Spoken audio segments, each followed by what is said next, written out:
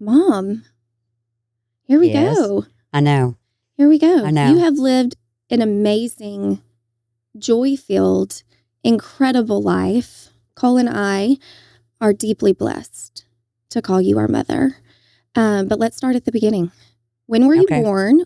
Where were you born? And tell us the makeup of your family at the time of your birth. Okay. I was born in 1956 in Morrilton, Arkansas, in the hospital, and I was number 7 out of 7 children.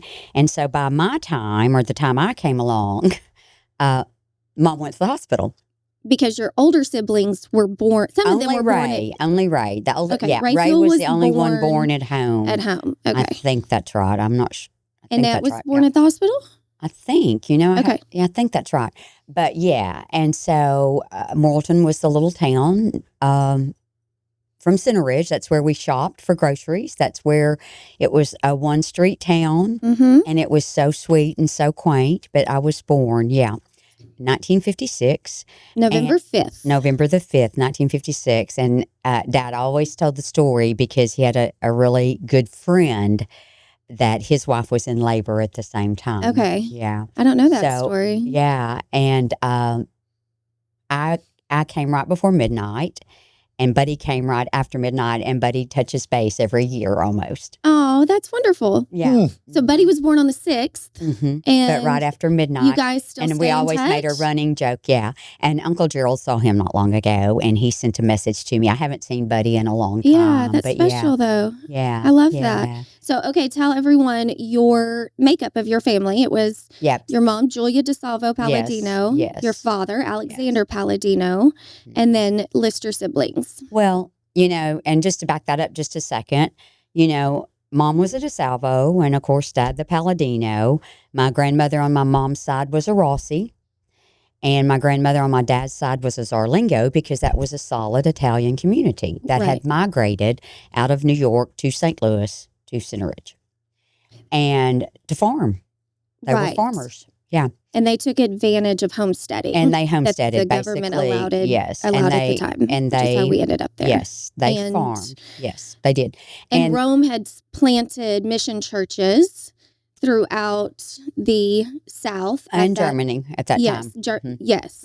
But the Catholic Church out of Rome had commissioned mission churches throughout the United States. And that's how the nuns were sent in the Italian community, right? And that little church that y'all have grown up in a lot of ways, was the original church. It just got added on, and it just got modernized. And I went to school there, right across the street, right across the road. It wasn't a street. We didn't call them streets back then because it was a dirt road, right across the road. And I had nuns as teachers, and I went through the 5th grade there. Right. My siblings, some graduated, through the 10th grade, then went to Sacred Heart to finish school. So, I was one of 7, and Ray was the first one. Raphael Angelo. I always have a little running joke there.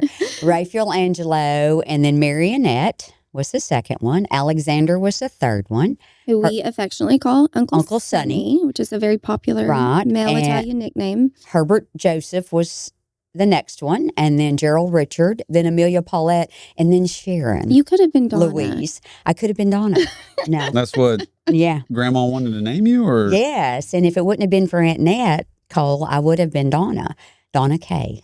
Donna K. Paladino. Yes, and she went up to the corner store. We didn't have a phone. So she went up to the corner store, to F.B. Boone's corner store right at the Y of 92 when you come from Plummerville. Yes. There was a store there. And he was a good friend of ours, and he would let us use his phone all the time. So she went up there, called the hospital, and told your grandmother not to dare name me Donna Kay, to name me Sharon Louise. Louise was my grandmother's name. Yeah, I definitely do not see you as a Donna Kay. Well, no. You have long thanked Aunt Nat for that grace in your life. Why did Grandma want to name you Donna? When was that? I don't know. I guess it was modern. popular. I have no idea. Popular, modern by then. It was popular because and you're modern. number 7. She just said, "What the hell?" Yeah, she Where's ran. the I'm room sure she was She ran tired. out of options. The woman had been having babies for 20 years. Yeah, she was 40, going on 41. How many siblings did Grandma have? 10. And then how she many? was one of 10. One of 10. Then how many siblings did one of 10? Papa have? So all right. Yeah, And on How both old was sides, Uncle big Ray when families. you were born? And this is the truth, he was a freshman. Now, I don't know if many of people know this, but he was a freshman at UCA. Wow. Okay. Yes. Yeah. He was in college. Had he already met Aunt Trulcie? Because you don't have memories. I have no memory without Aunt Trulcie. Without Aunt Trulcie. So Uncle Ray went to college. He was a freshman. For a while. For a while. He did. But still, he went to college, He right? did go to college, which was big. He was, and was it for athletics or was it just for school? Just for school. And he was wanted to be a pharmacist. But Uncle Joe, Dad's brother, brought him to the hospital. So I guess he was 18, I think. Yeah.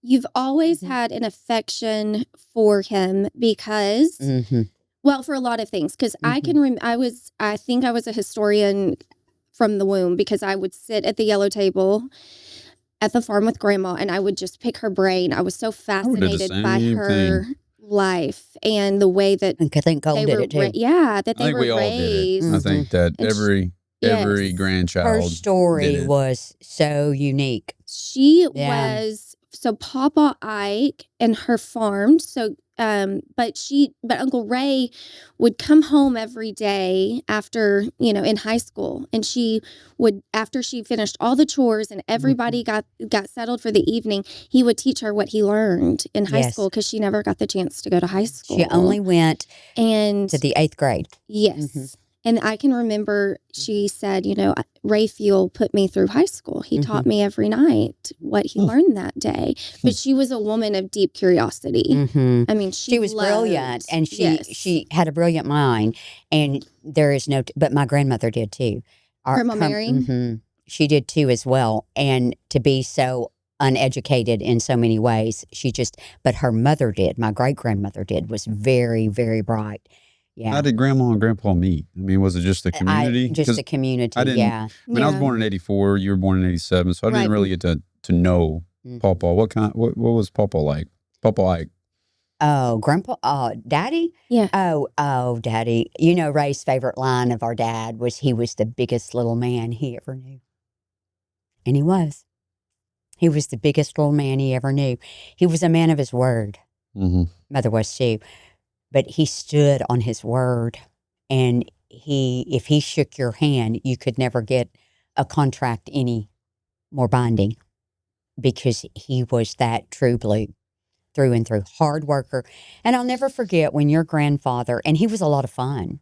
Daddy was a musician, and which is so sad because none of us play an instrument. What did he play? A guitar a violin. Violin. He was a wonderful violinist. He could play the mandolin. Now he played the harmonica for you kids when you were little. Yeah, I do remember his harmonica. His harmonicas. In the front bedroom of the house. I do remember. I do remember those. Yep. But I'll never forget.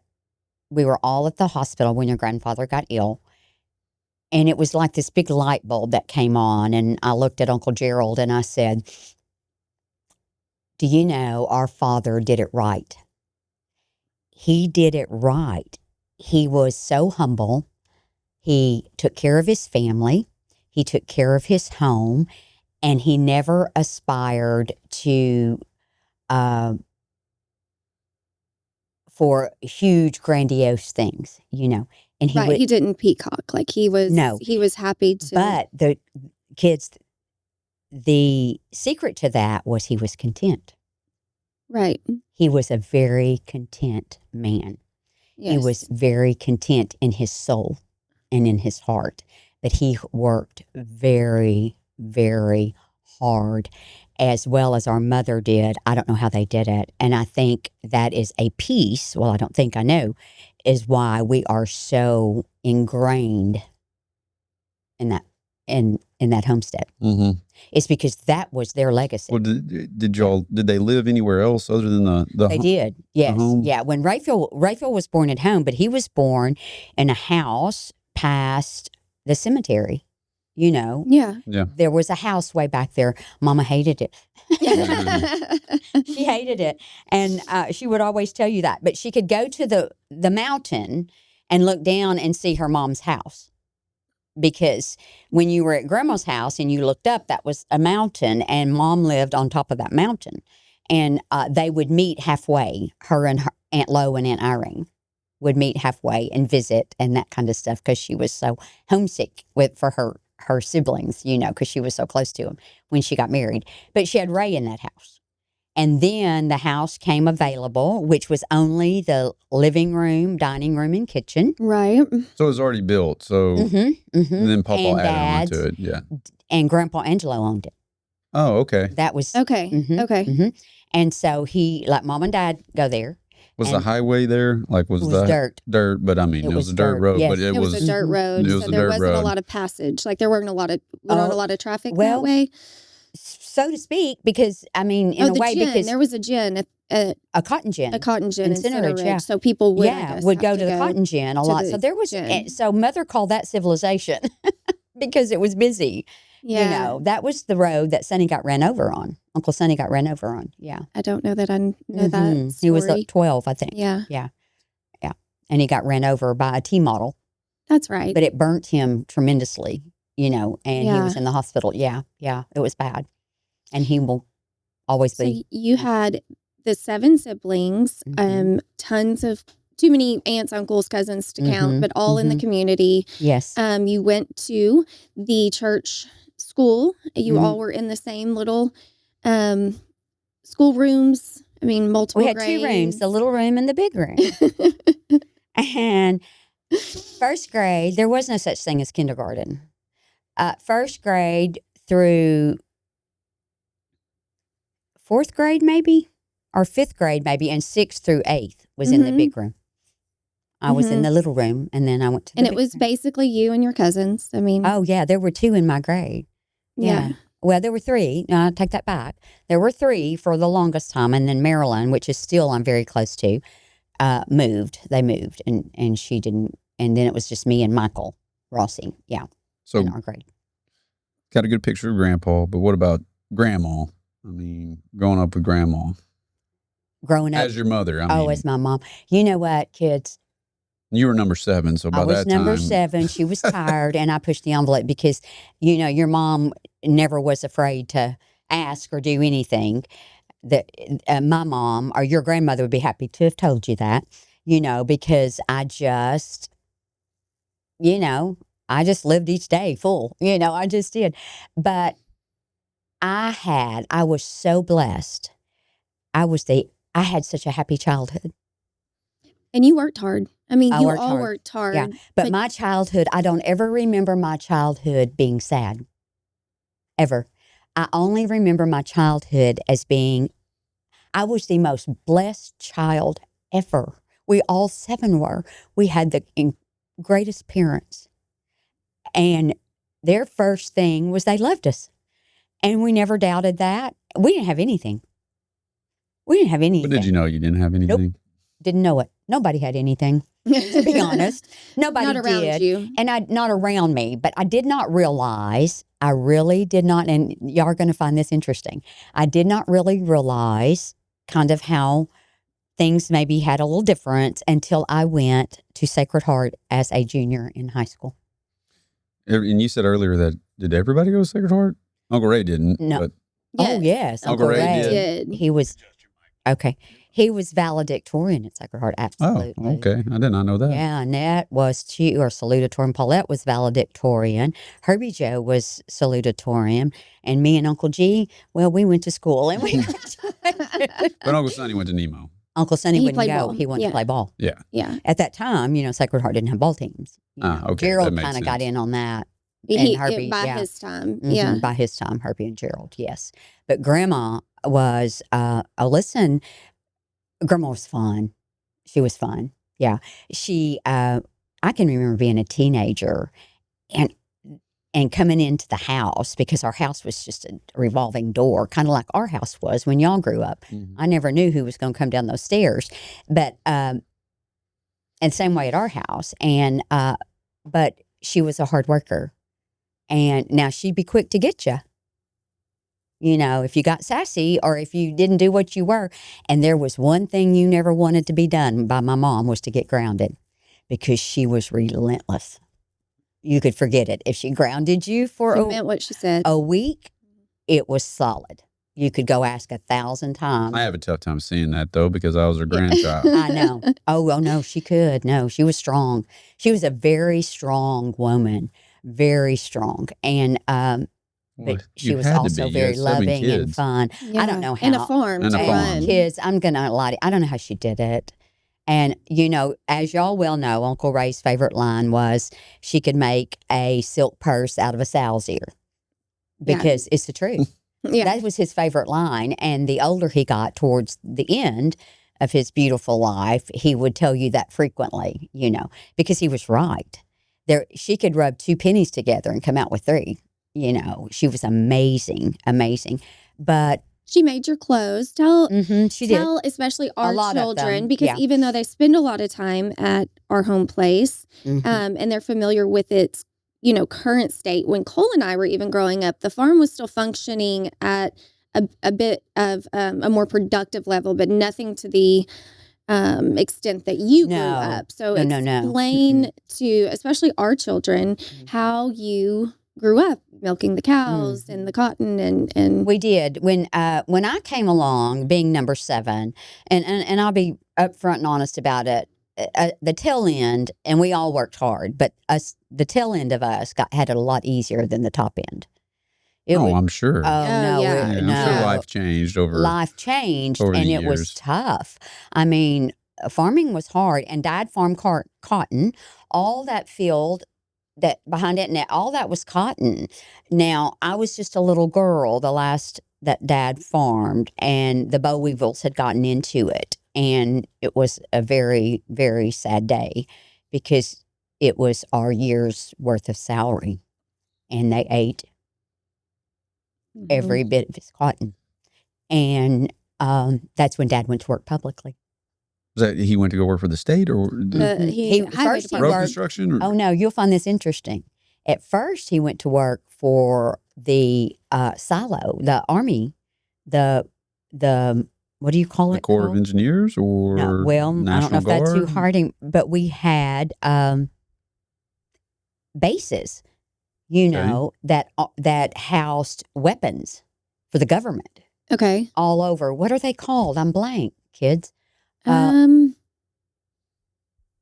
don't know. We'll come run back that to back. it. Yeah, I'm blank. But Dad went to work there first. It was very hard, and he was responsible for the arsenal. Well, there were several of them, and they worked it. Yeah. But he went to go work for. We'll come back to it. Yeah, and then he went to work for the county. For the county. Okay. But he was road crew, correct? Or yes, no? He was road crew. And we all said it as kids, and even after we grew up, Dad could have been probably the most incredible heavy equipments operator that would have ever.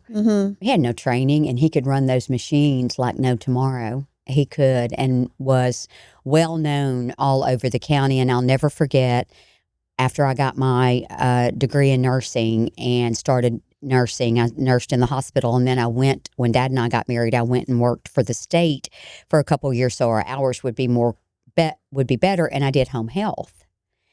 And part of my territory was home, that half of Conway County. And they were very, back up on the mountain, they were very protective when I had to go way back into the mountain to do home health. Protective how? They just were protective of their... For your safety or for their space. And they became very protective of me. And they would call me Mr. Ike's child. Oh, Mr. Ike's child. Okay, I got you. I know what you mean now. Yeah. I know what you mean now. And they would call me Mr. Ike's child. And whatever I wanted or whatever I did... They took care of you. They took care of me. Yeah. There was because he was their friend. Well, going back to your childhood, I mean, the attributes that you were given, I mean, the grit attributes is what I call them: courage, resiliency, perseverance, adaptability, working on the farm. I mean, there's so many kids today that they don't get that type of life training. But, as a child, what was your favorite, most fondest memory, though, like of the farm? Of the farm? Just in general, just of your childhood. You mean the farm? Oh, it was just being together, Cole and Sonni. It was just being together with each other. It was hard. And another real fond memory was our cousins. Right. That was incredibly special because they would come up from Little Rock, and it meant everything to us because we were very, very close with them. And that was like having a vacation or a treat when they would come up. But we had a lot of fun. One of my most favorite things, like, you're asking about milking cows. We milked cows. We sold milk. But in the evening, we'd have to take, or in the mornings, in the evening, I should say, we'd have to go get the cows from the creek.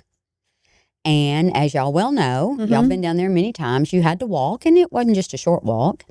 But we had a little family that lived at the bottom of the creek that were good friends of ours, and Mr. Clyde and Miss Reba. And we'd go to the creek, and she'd stand on the porch. Never knew it as a child, never even realized it till I grew older. And we'd come back with the cows, and she'd still be standing there. She was just to make sure you're okay. Just to, yeah. She was watching for us. And so, but one of my fondest memories as a child was all the times we did go to the creek, because your Uncle Gerald was hilarious. He still is. He was a hoot. And we had more fun. Where did he get his personality from? Driving. Because a lot of our family has his personality. Yes, yes. I mean, probably very a lot witty. from mom's side. Dad was quieter. Was he? But Dad was also funny. Because he's very witty. Like, I guess you're right. Dad was witty too, but so was Mom. Yeah. So, but that was some of my fondest memories because we had more fun. And in the summer, we would sleep in the living room. Because we had no air conditioning and it was so brutally hot. So the windows up and maybe a fan was our air conditioning. So Mom and Dad's bedroom was, as y'all know, by the living room. And he would get us in more trouble because he was so funny.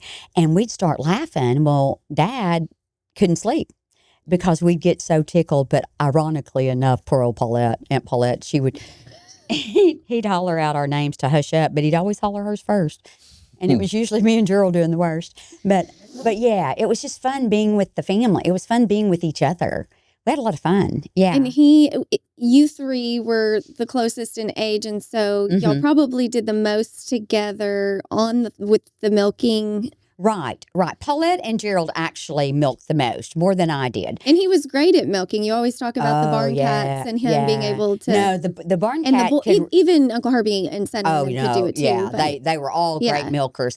But the cat would stand on its hind legs, and Gerald would feed it from way over there to way to the cat, and then if Dad caught us, we'd get in trouble. But I was telling the grandkids not long ago that, but I did milk, but not like the others. But then after Paulette and all them went to work, Paulette can milk too. She was a good milker.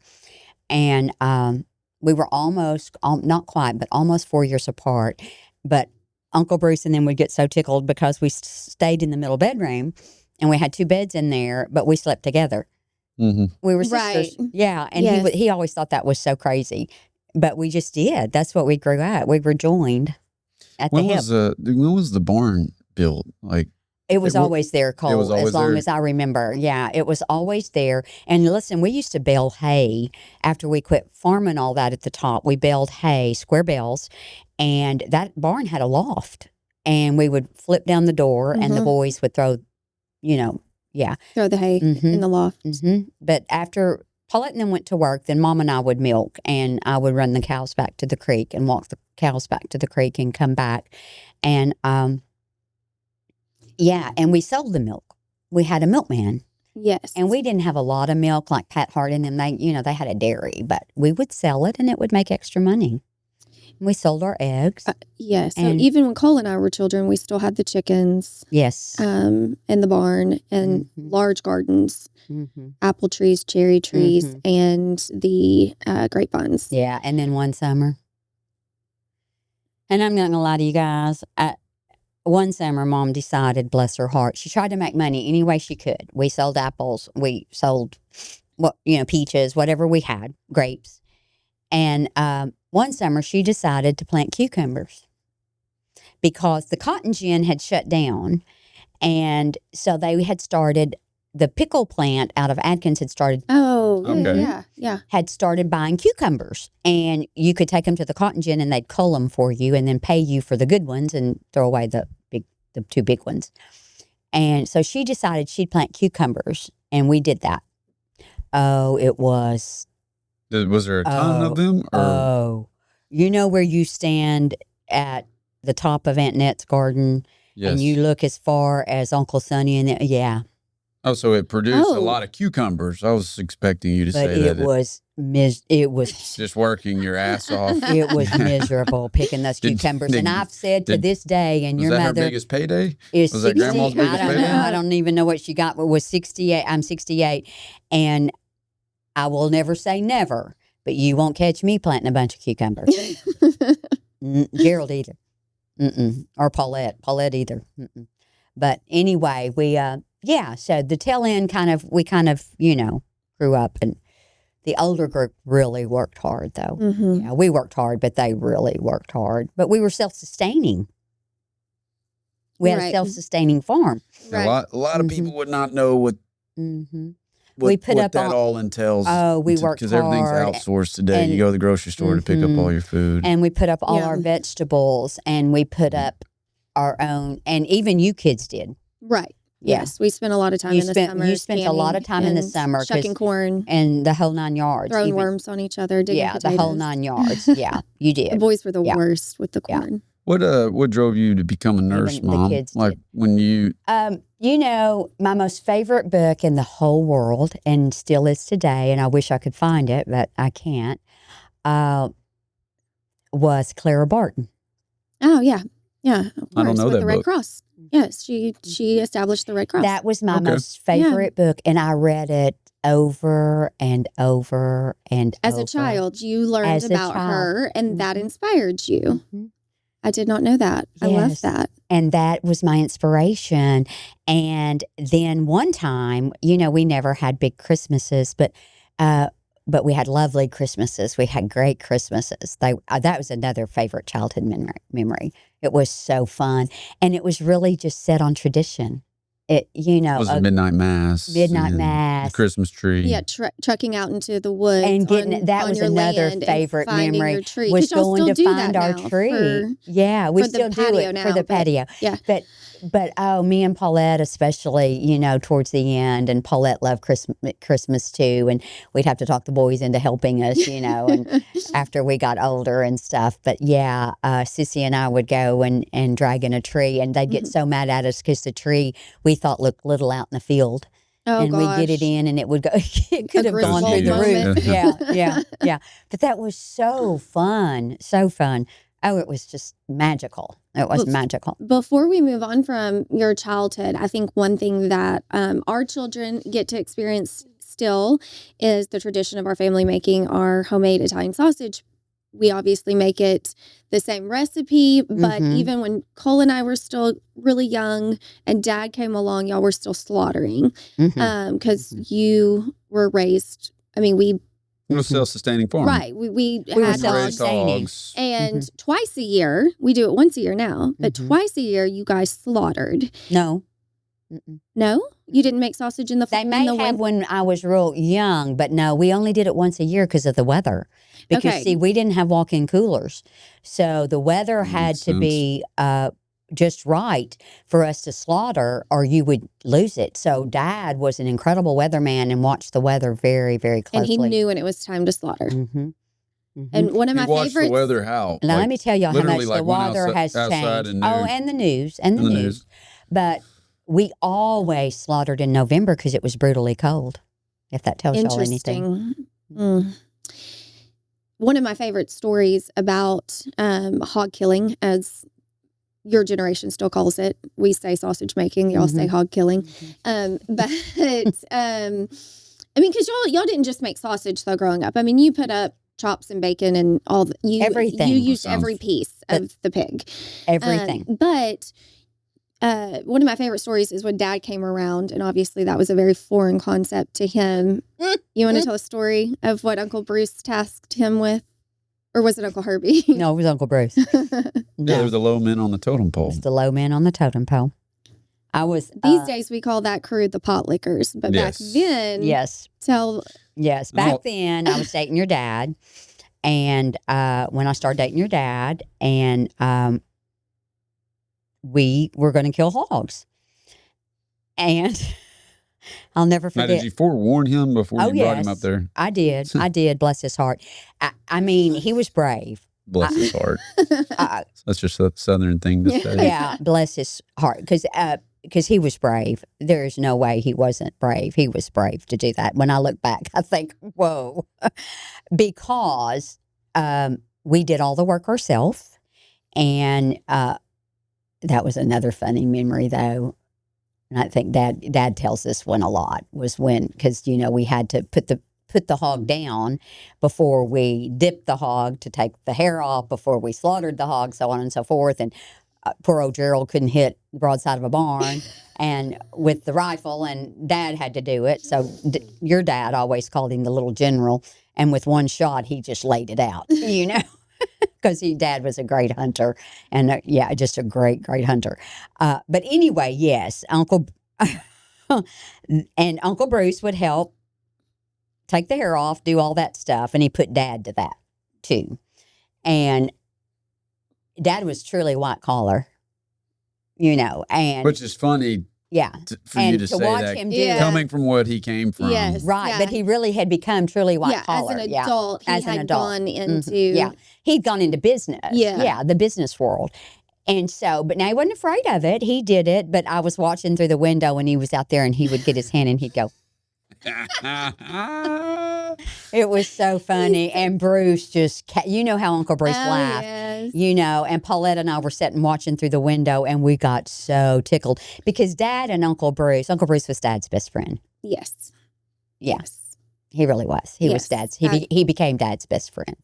And of course it was a working, made in, heaven, because Aunt Paulette and I were so close. I was close with all my siblings, but we were the closest in age, so we spent the most time together. Yeah. Yeah.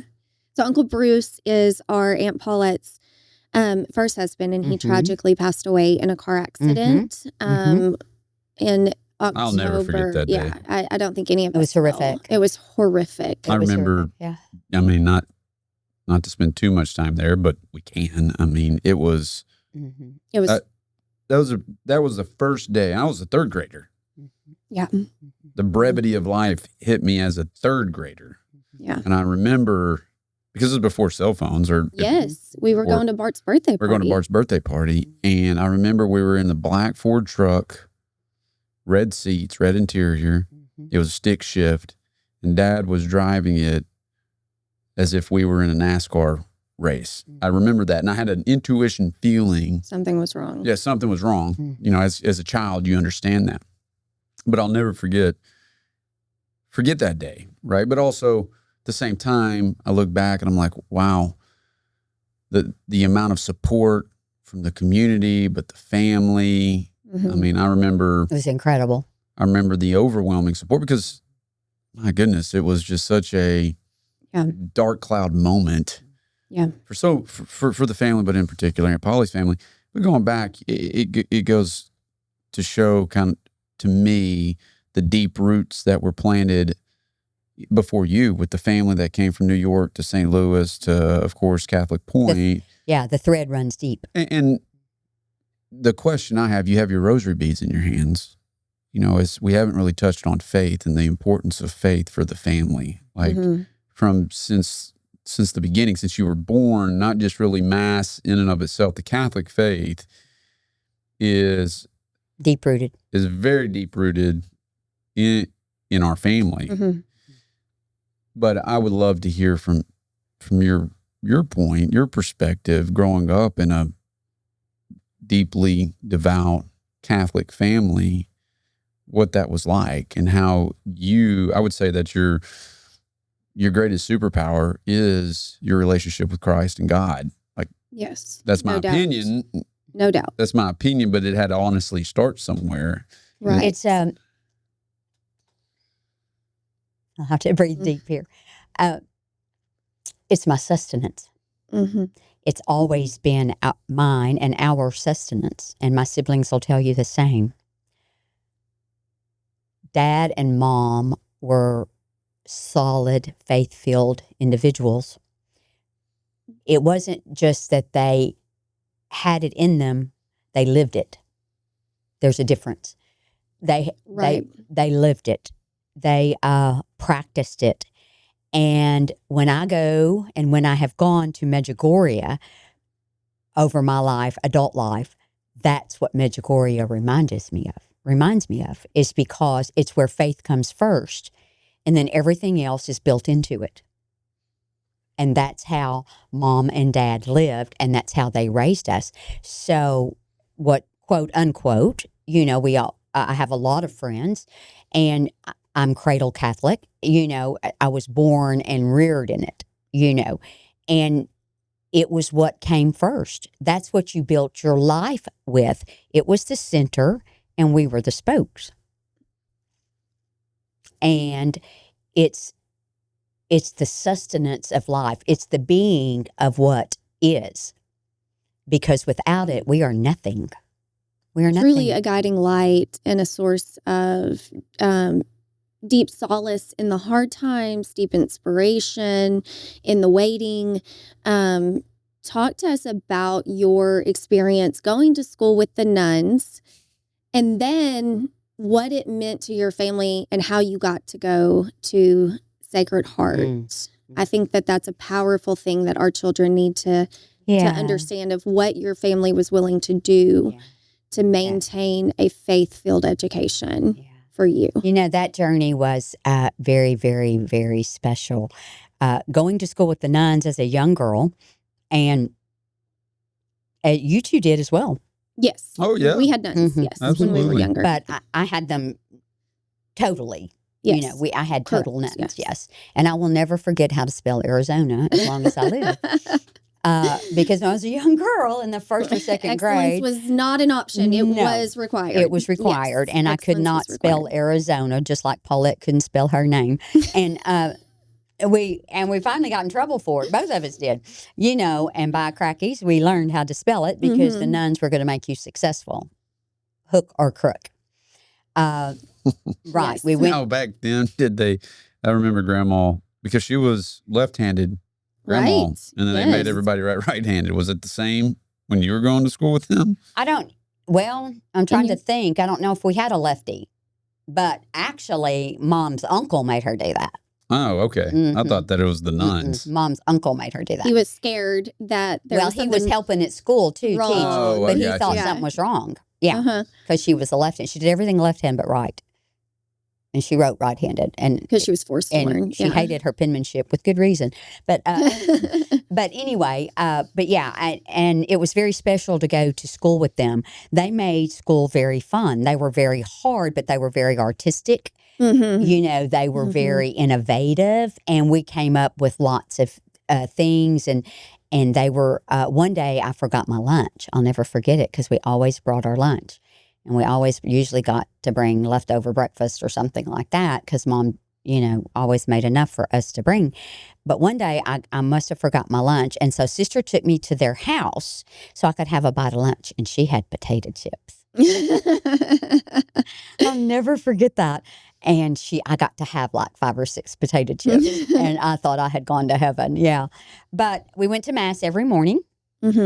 And we wore chapel veils because during my time as a young child, you could not go into Mass with short sleeves or without a chapel veil on your head, a veil. And after Vatican II, all that changed. And, right. And that's when the nuns got to wear a smaller habit without wearing the great big, because all of my nuns had, like you see on Sister Act, the movie, they were all dressed like that. I'm going to be honest. As a young girl, we used to sit and talk. We didn't even know if they had hair. Because it was so aloof. It was they had to be burning up in that thing. Oh, they had to have been dying. Can you imagine? And we didn't have air conditioning. I know. I'm just thinking about that. I'm just like, my goodness. I can only imagine the dedication, though. And, the discipline, the devoutness that they had. And they always loved your grandmother. They loved Mama. They would come to our house. They loved to come to our house because Mom just had a gift. She just had a way. Aunt Dolly did too. Yes. Aunt Sandy's mom, Aunt Dolly, she did too. Did she? Yeah. Yeah. And Grandma had. But she had the connection. She had the gift to connect. I mean, you could be in a room full of 100 people, and she'd make you feel like you were the only one. It was incredible. Just her ability to ask questions. Stacy would always say that I just always felt like I was the only grandchild. Mm-hmm. Yes, and there were so many of us, and we all felt like and that. And then our friends felt like as if they were grandchildren too. Yes. Mm-hmm. Yeah. Her table was always open for another person. That yellow table has a ton of memories and conversations and laughter built into it. Yeah. Did y'all pray rosaries growing up? Yes, and got in more trouble. Did you? Yeah, Dad would always kneel at his bed, and Mom would be in the living room, and us kids, me and Gerald and Paulette especially, the others were older, but would be in there. And of course, Gerald would wait till Dad got his back turned to us, and he'd start, and we'd get tickled. But yes, we did. I only have one other question about really your childhood, and we can. And I'll finish about going to Sacred Heart real quick. Yeah. Do that. Well, then I went to Centerridge to school, which I dearly loved, and it was very difficult to go there for a while because we were kind of new kids on the block, and for several reasons. But we got accepted eventually and made good friends. I made real good friends. But then I went to Sacred Heart as a junior because we paid tuition there. And Mama worked a deal and asked me if I would be willing to clean the school to pay for my tuition so I could go there. And I said, oh, gosh, yes, I'd love to go. I'll do anything, Mama. You cleaned the school? You cleaned Sacred Heart? Yeah, that's how she got to go to private school because money was so tight. The money was so tight that's the reason I didn't go before then because... when my kids watch this, that's something that needs to sit right there in the heart. I cleaned school every day. Me and Teresa. Teresa did too. And but Teresa. I cleaned school. And then when it came time for my senior ring... I'll never forget, it was $28. Mm-hmm. And I was a senior that year, and I was working a little bit at the hospital. And I'd saved my money, and I could buy my own senior ring. Damn, that's impressive to me. Without Mom and Dad having to buy that. Mm-hmm. Yeah. Damn, that's impressive to me. And so that's how I graduated. Thank you for doing all that because you changed the family tree for us. That's for sure. For damn sure. I don't know. Who had the greatest impression on you when you're growing up? Oh, no doubt, Mom and Dad. Yeah. Yeah, that's it, hands down. You had, no doubt. To this day, you have such a deep respect for them. Yes. And such a deep unfettered love that just permeates everything. Because you guys didn't have much, but you felt like the richest in the world for the love and the presence that you had and the way you had we were each the richest backs. 7 children in the world. Because, you still are. We still are. To see you together is something very special because you love each other so purely. Mm-hmm. It's a very special thing to witness. Yeah. But you didn't go straight to college because you couldn't afford it. I didn't want to either. I'll just tell the truth. I'm going to tell y'all the truth. I didn't even take the ACT in high school because I wasn't going to college because, to be totally honest, that wasn't the thing. Most people did not go to college. That in your circle. In my circle that we knew, most people did not go to college. They went to work. They went to work. And that kind of thing. And Aunt Paulette bought a car, and she was so generous with it. I'm going to be honest with you. I was overweight. I guess this will always resonate in my heart and soul. I was overweight in high school for a while. And before I went to Sacred Heart, Mom said, Sharon, you're going to go to a new school, and Aunt Irene and Aunt Lauren and I are going to make you some new dresses. I bought some material, and because we couldn't wear pants to go to school. Mm-hmm. And she said, would you be interested in maybe trying to diet a little bit for whatever? I said, yeah, Mom, if you'll help me. And so she helped me, and I learned how to eat properly. And eat right. And it wasn't like realized no, it wasn't like we had junk to eat. It was like I ate food. I mean, we didn't have junk to eat. Yeah, you didn't have just candy. No, there was processed food. Y'all didn't have it. No, y'all didn't have money for that. You didn't have it. But I was chunky. I was bad chunky. Yeah. Anyway, but I don't think you were probably as bad chunky as you think you were. Oh, yes, I was. Mm-hmm. Anyway, I lost the weight, and Mom and I was so proud, and I was so proud. And so where was I going with this story? Aunt Paulette. She has something to do with this. I don't know. And Aunt Paulette. She was very generous with the car. Car. Not just right. That, though, Cole. Her clothes, her car, her everything. She never got anything or did anything without making sure I did too. She never did. She worked at the bank, and she had a good job at the bank, and she was really had a good job, and she was very good at it. She, no matter what she bought, she took care of you too. She took care of me too. Yeah, and she was my biggest cheerleader when I lost the weight, and she brought home a pair of size 5 pants for us, for me and her, and they were those big bell bottoms. Yeah, yeah, and they were pink. And she said, look what I bought us. I bought us a new pair of pants to share and wear. I said, Paulette, I can't wear those pants. You know I can't get in those pants.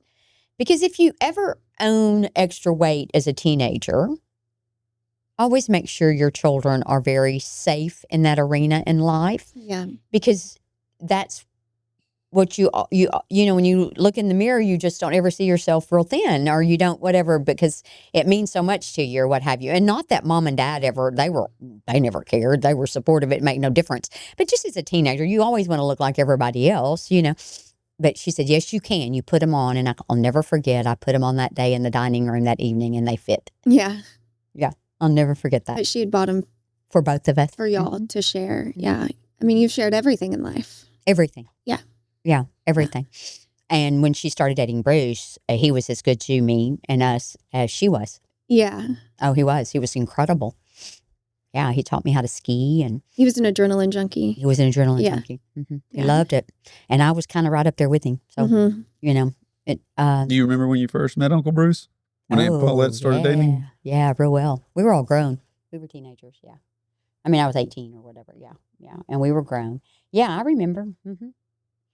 I do. I remember the first night he picked her up at the house. We were all just waiting, me and Gerald especially, seeing what this new whatever, because we knew she was smitten.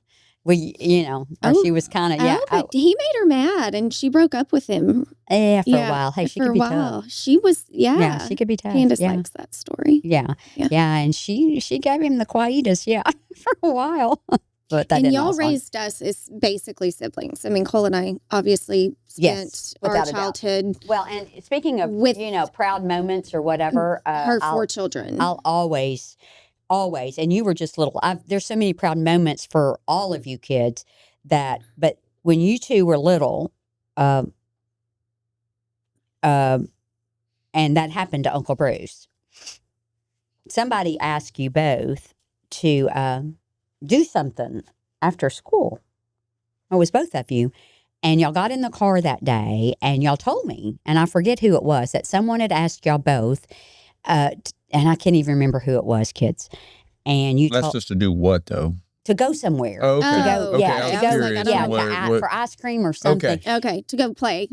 Yeah, and you both got in, and you both looked at me and said, we got asked to go get ice cream, and I forget who it was by. I can't remember now. It was probably... It's irrelevant. Yeah. But, and you both told them, no, you couldn't, because you had to go check on your Aunt Paulette.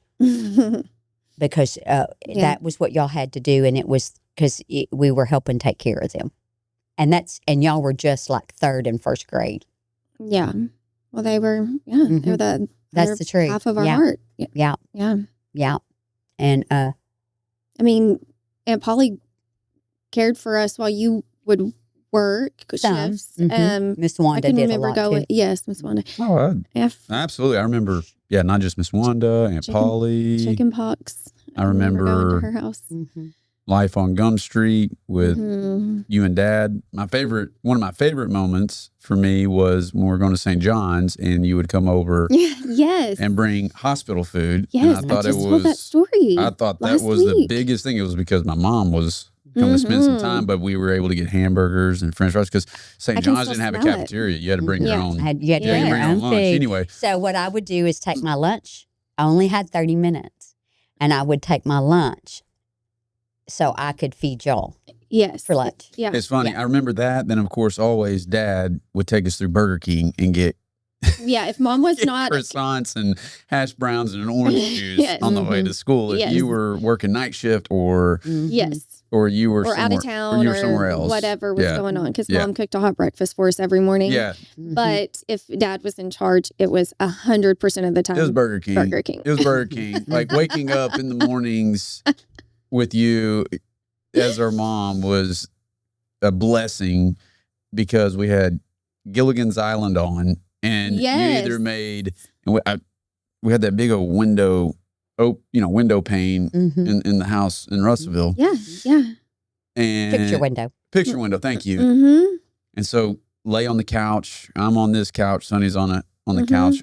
The blue couches. And it would either be the people. When I tell people this, they think it's gross, but it was scrambled eggs and petit jean meat hot dogs.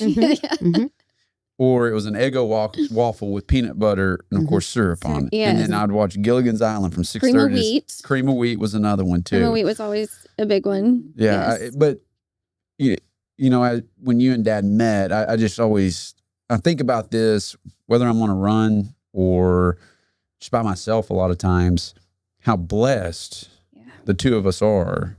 Because, talking about your childhood, thank God you were raised in the family you were raised in, and you were brought up in the faith you were brought up in, because it allows us to replicate that for our children. Right. You changed the family tree, and so did Dad for his side. For his side, did, yeah. But you didn't go to college right out the gate. I did go to college. No, I did not go to college right out of the gate, and then I worked in physical therapy in the hospital, and I decided that I wanted to do nursing, and I was already kind of bored with the PT part because I could do what they were doing, but I wasn't getting paid for it. And I realized that. You were just volunteering? No, I was getting paid. Just not. Oh, I got you. I didn't have any degree behind my name. So I didn't have credentials. They're paid. And so friends of mine talked me into trying it, and I'll never forget. I went to UCA first.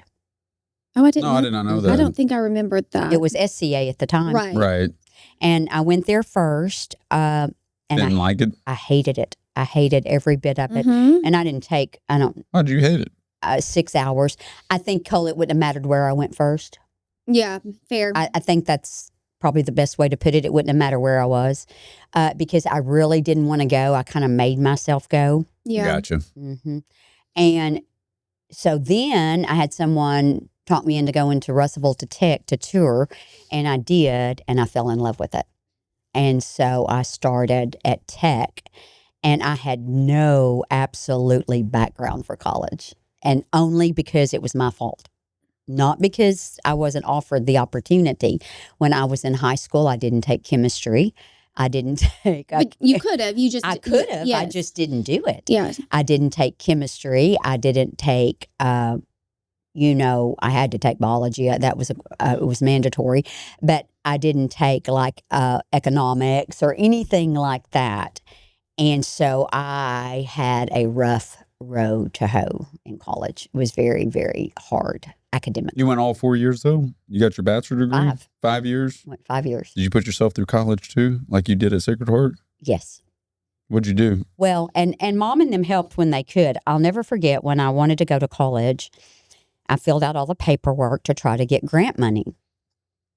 Because grants you could get back then. And I got denied because Mom and Dad owned the farm. Oh, because wow. They owned something of value. And they didn't have anything, and they couldn't send me to college. I'll never forget. Were student loans a thing back then? Well, or was that I'll never forget form Dad of the grant? saying and Mom saying, Sharon, we're so sorry that we can't send you. But maybe we will help all we can. And I really wanted to go. So I filled out loan papers. And I got denied loan papers. And so I called. Honestly, I'll never forget. Probably a blessing in disguise at first. No, wait a minute. I called the registrar's office and I told them who I was and what I had done. I said, look, I want to go to college. I want to go to school. But I need help. I can't go without any money. Can you please see if I can get approved for some money? Please. And I did. So I took the loan. It was a small loan. And then I didn't quite cover it. And Uncle Ray loaned me some money. Mm. And Aunt Trossie. Uncle Ray and Aunt Trossie loaned me money. And I can remember, I think it was $1,100. And he told me that I didn't have to pay back one penny till I got out and got a job. And I had him paid back within 6 months. And I paid every dime of my loan off. And you worked full-time when you went through school? I worked full-time through school. You worked 40 hours a week. You went to school, and you were the first graduating class of nursing from Arkansas Tech. What year was that, With a Bachelor's of Science. With a Bachelor's of Science. What year was that? I graduated in 1981. When Uncle Ray loaned you the $1,100? I think it was about $1,100, if I remember right, or $900. I can't remember anymore. Probably 1977, maybe. Is when he loaned you the money. Mm-hmm. How old were you when you started college? Or 78. I was almost 20. Mm-hmm. So you'd waited a couple years. Mm-hmm. Yeah. A couple years. But I do want to point out. out. Close to $5,000 today. Yes. That he loaned you. Yeah. Oh, probably. Yeah. Yeah. I wouldn't doubt that. Yeah. And then I went through college and the longer I went to college, the better I got at it. Of course. Yeah. Academically. Yeah. The better. And I had tutors.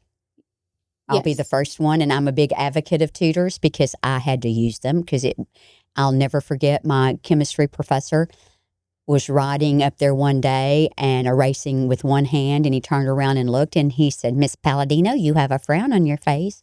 I said, "Dr. Trigg, I'm sorry, but I don't understand a thing you're putting up there." You might as well be Greek. I want to drive home the point for my children, yours too, the amount of grit that takes to be told no over and over. Gracious. You don't have the money. You can't come. You don't qualify for the loans. You don't qualify for the Pell Grant. That's resiliency. And your parents are legitimate. They do not have the money. And your persistency to make sure, and then you worked your full time. Of course, the blessing of Uncle Ray loaning you the money. And my other brothers and sisters would kick in some money at times. And just when I had things. I mean, they wanted to see you be they successful. Wanted to they want to see you win. Yes. Or $20 there. They wanted their baby sister to graduate from college. Yeah, and I had a car payment, and Mom helped me with the car payment. Which set a different trajectory for everybody else that came after you. I mean, none of our generation hasn't gone through college now, and none of our, the makeup of our family was changed because and their parents about did it like too. That, but their parents did too. But you were the first. I mean, think about we stand on the shoulder of these giants, these immigrants who sacrificed everything and lived very difficult lives, worked very hard, worked the land. Hard times create strength. Yes, and it took a couple generations, but then you literally. That's where I get chills. I just got chills. You are the American dream. I mean, our ancestors came with nothing and worked hard, and you found a way to It's whether succeed. you went to college or not. Yes, or not. I would say that from generation to generation, it set the standards of, hey, this is how we do things. This is how the family operates. Yes. There's going to be tragic times. That's right. You right. have to hold close to each other. Yeah, you got to have your faith. Yeah. Because called life. It is, and that's why I asked the question I did earlier about the importance of faith and the importance of belief. I would say that if in the same community with another family down the road, 7 kids, if their parents were constantly fighting, they weren't in church, had no money, so it was stressful on that front. They looked at through the lens of the woe is me, victimization. Right. I don't think that it becomes the same story unless one says, you know what, I'm not doing this anymore, right? Where you come from such a supporting, loving environment, which creates supporting, loving environments, right? To where your siblings wanted to see you win. Yeah. Oh, they did. And it takes a village to do it. And I'll never forget, and y'all will find this interesting, I was buying a car, and my car payment was $103. It might as well have been $1 million, I'm sure. At that time, it might as well. You knew that was a big commitment. $1 million. It was a huge commitment, but Mom and Dad helped me keep that car while I was in school. Because you had to have a car. In my college, while I was in college. And I couldn't meet my car payment all the time. And they would help with that. And think about going home. And my brothers and sisters and all of that. And went home, went to Mass, did all of those things. Dinner after Mass or lunch after Mass, the laughter, the memories, all that plays a part in it. I don't want to undersell the power of belief. Like that's to me, like belief or faith in Christ, and always filtering things backwards from like, this is happening for us and not to us. This is happening for me, not to me. I've been told no. That's exactly right. But I'm not going to stop. Like this is, I have a hunger emotion to do this, to complete this, because I can see myself graduating and my family's out in the audience and they're super happy for me and proud of me. And then all of a sudden it sends a ripple effect that you didn't even know at the time that would. I think it's an amazing story, to Sonny's point, of our family decided to sacrifice it all, come over from Italy through New York to St. Louis to farm in a little middle of nowhere. Before any of us were born, God said, "Hey, this is your heart. It's unique to you." And we were fortunate enough to be born into that family and that lineage. And I don't want you to, like, I'm talking to my kids as I'm talking right now. I'm talking to my nephew and nieces of like, you put yourself through high school, Mom. Yeah. And there's a young woman out there that will probably watch this and say, hey, that's me. Like, that's what I'm doing right now. I'm looking to change the family tree, and you figured out a way to buy your senior ring. Yeah. Right. And as I worked as my senior year, I was able to pay tuition. Tuition was $28 a month. Yeah. Yeah. Or $26 a month or something like that. But back then, y'all, that was not. Yeah, I know. It's all relative. But isn't that amazing? Well, isn't that amazing? Yeah. Let's fast forward a little bit. Yeah. You become a nurse, and then I want to talk about you meeting Dad. Okay. Right? Like I do. I want to talk about you and Dad. You know, God has. I think that's important. It's incredibly important. Yes, it is. And I will we would not be here. No, I will tell you, kids, that God has a plan for each one of us. That's an absolute given. Absolute. Why do you believe that, Mom? Because it's true. I have seen it happen over and over and over according to His will. There's not ours. I mean, you've taught us, you drilled that in us our whole lives. Not my will. You may not like what's happening, but that does not mean that destination, this suffering wasn't built for your destination. Like you have always. For a better outcome. Right. For a better outcome. You've drilled that into us. Because I lived it and I saw it over and over and over. And I think one of the great things, kids, is to teach your kids is to recognize it. Is to be able to recognize the fact that if you do your part as a person, and you do what God, you do your part. That's just the best way to put it. God is going to do what's best for you. Now, if you don't do your part and you choose to do what's not best for you, that's on you. That's your choice. For lack of a better way. Does that make sense? Yeah, Scripture tells us, consider it great joy, my brothers and sisters, for the testing of your faith has produced this perseverance. Yes. And it's hard. Listen, life is hard sometimes. It's hard to do those things sometimes, and we all fall short. Trust me, your mother has done it many times. But yes, I met your dad. I was graduating. I had graduated from school. I had gone. So you're out of college. I'm out of college. Are you working at St. Mary's Hospital? I'm working at St. Mary's Hospital, and I loved it. But I was, and back then we worked. The hospital ran on 3 shifts. 8 to 3, 3 to 11, and 11 to 7. And I worked the 3 to 11 shift. Made it a little difficult for social life. Sure. Because of and I drew my weekends and holidays and so on and so forth. But I had always known Dad because he ran in the circles, basically, because we all went to the Bluebonnet. He was a big pool player, and he was a regular. And we all knew them.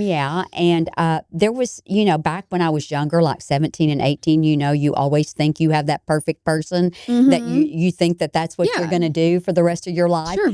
And oh my God, did he ever know the truth? It was not. Yeah. I would say Dad would say the same thing. Yeah. And anyway, all kids do that. All kids do that. You know, the human condition. Yeah. Yeah. There's just, you have different people in your life and stepping stones for what have you. But anyway, Dad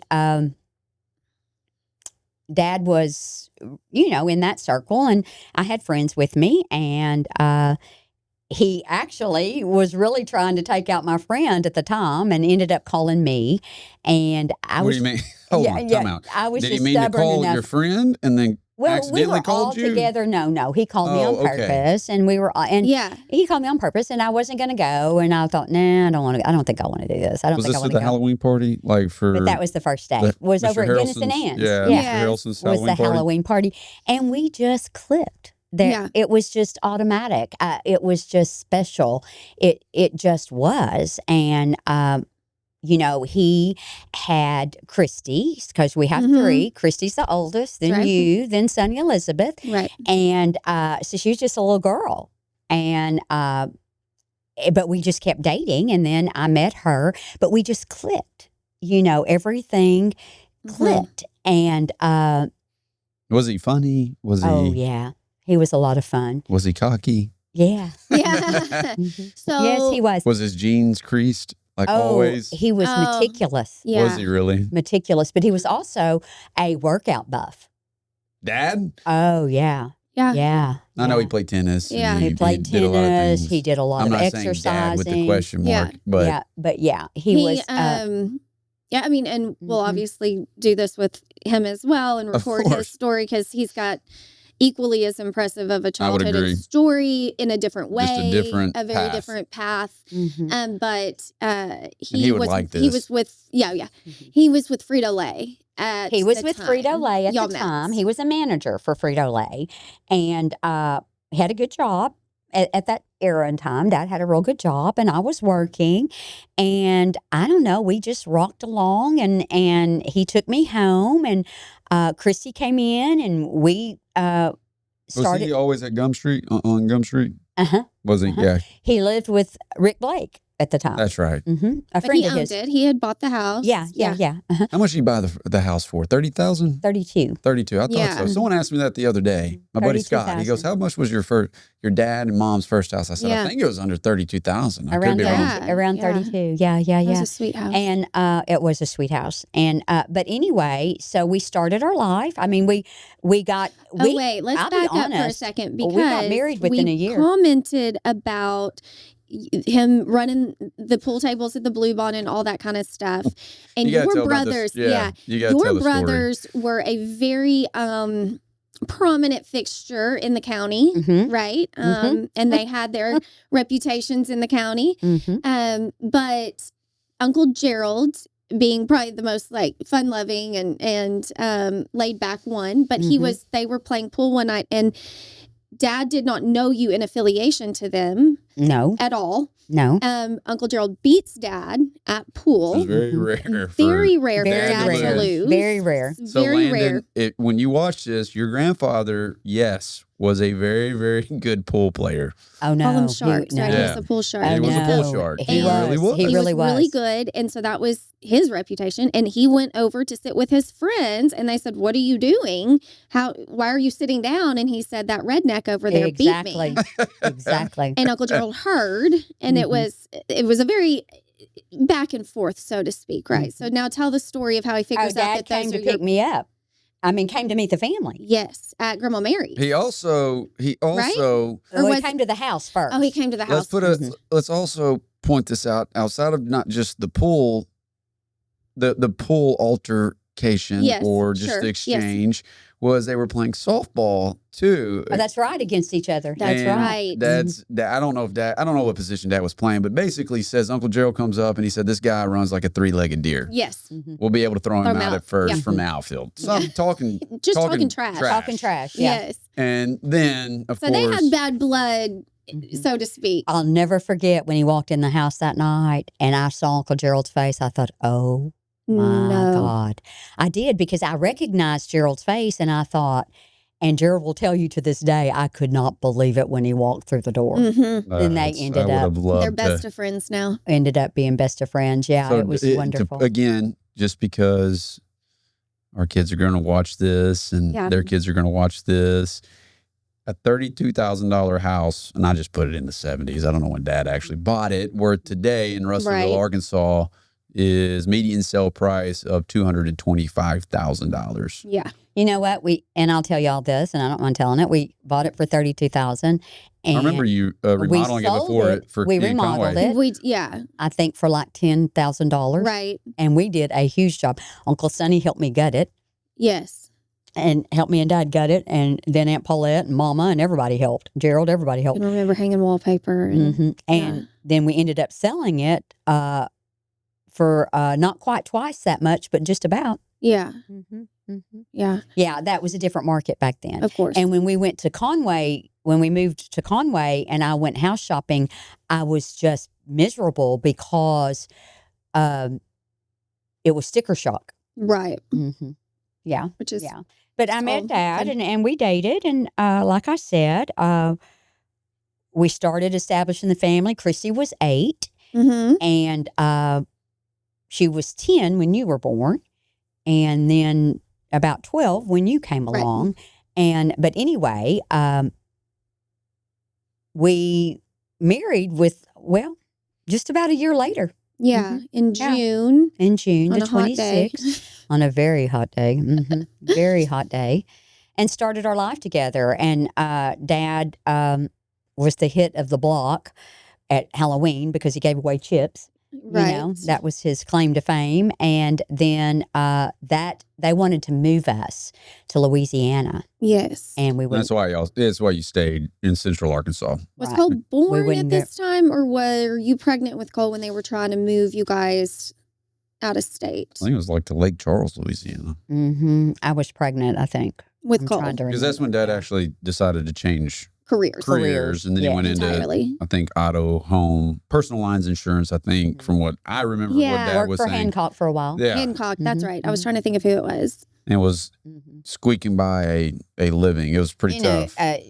One of my most favorite Bible verses is Matthew 6:25, and it talks about, why are you worried about tomorrow? Yeah. For tomorrow's been taken care of, today has enough troubles of its own, but have you ever seen God will take care of it. Or he takes care of the birds and the flowers. Yes. And I would read that over and over and over because we basically were broke. You would we were. dig for change. I did. In the couch cushions to go buy an ice cream cone on your anniversary. I can remember that story. We did. We did that and got so tickled. We thought it was so funny because we did that. But it was tough. We were barely making ends meet. And I was working nights and taking call and trying to do, because Daddy was trying to get established. Obviously, I don't remember. No, we don't remember any of that. You weren't supposed to. No. That was life. That's what we were supposed to do. You look back and some of your most painful times are some of your most beautiful times. They were some of our most. Life had a lot of simplicity then. I do think a lot more simplicity than it is today. I do think it was always funny that Dad said after y'all got married, he would come home and you would have cooked dinner for the whole neighborhood because you only knew how to cook for your large family. So you would cook. After we got married, I'll never forget the first time I fried potatoes for Dad. My skillet was just rounded up. Because he said, "Who are you cooking for?"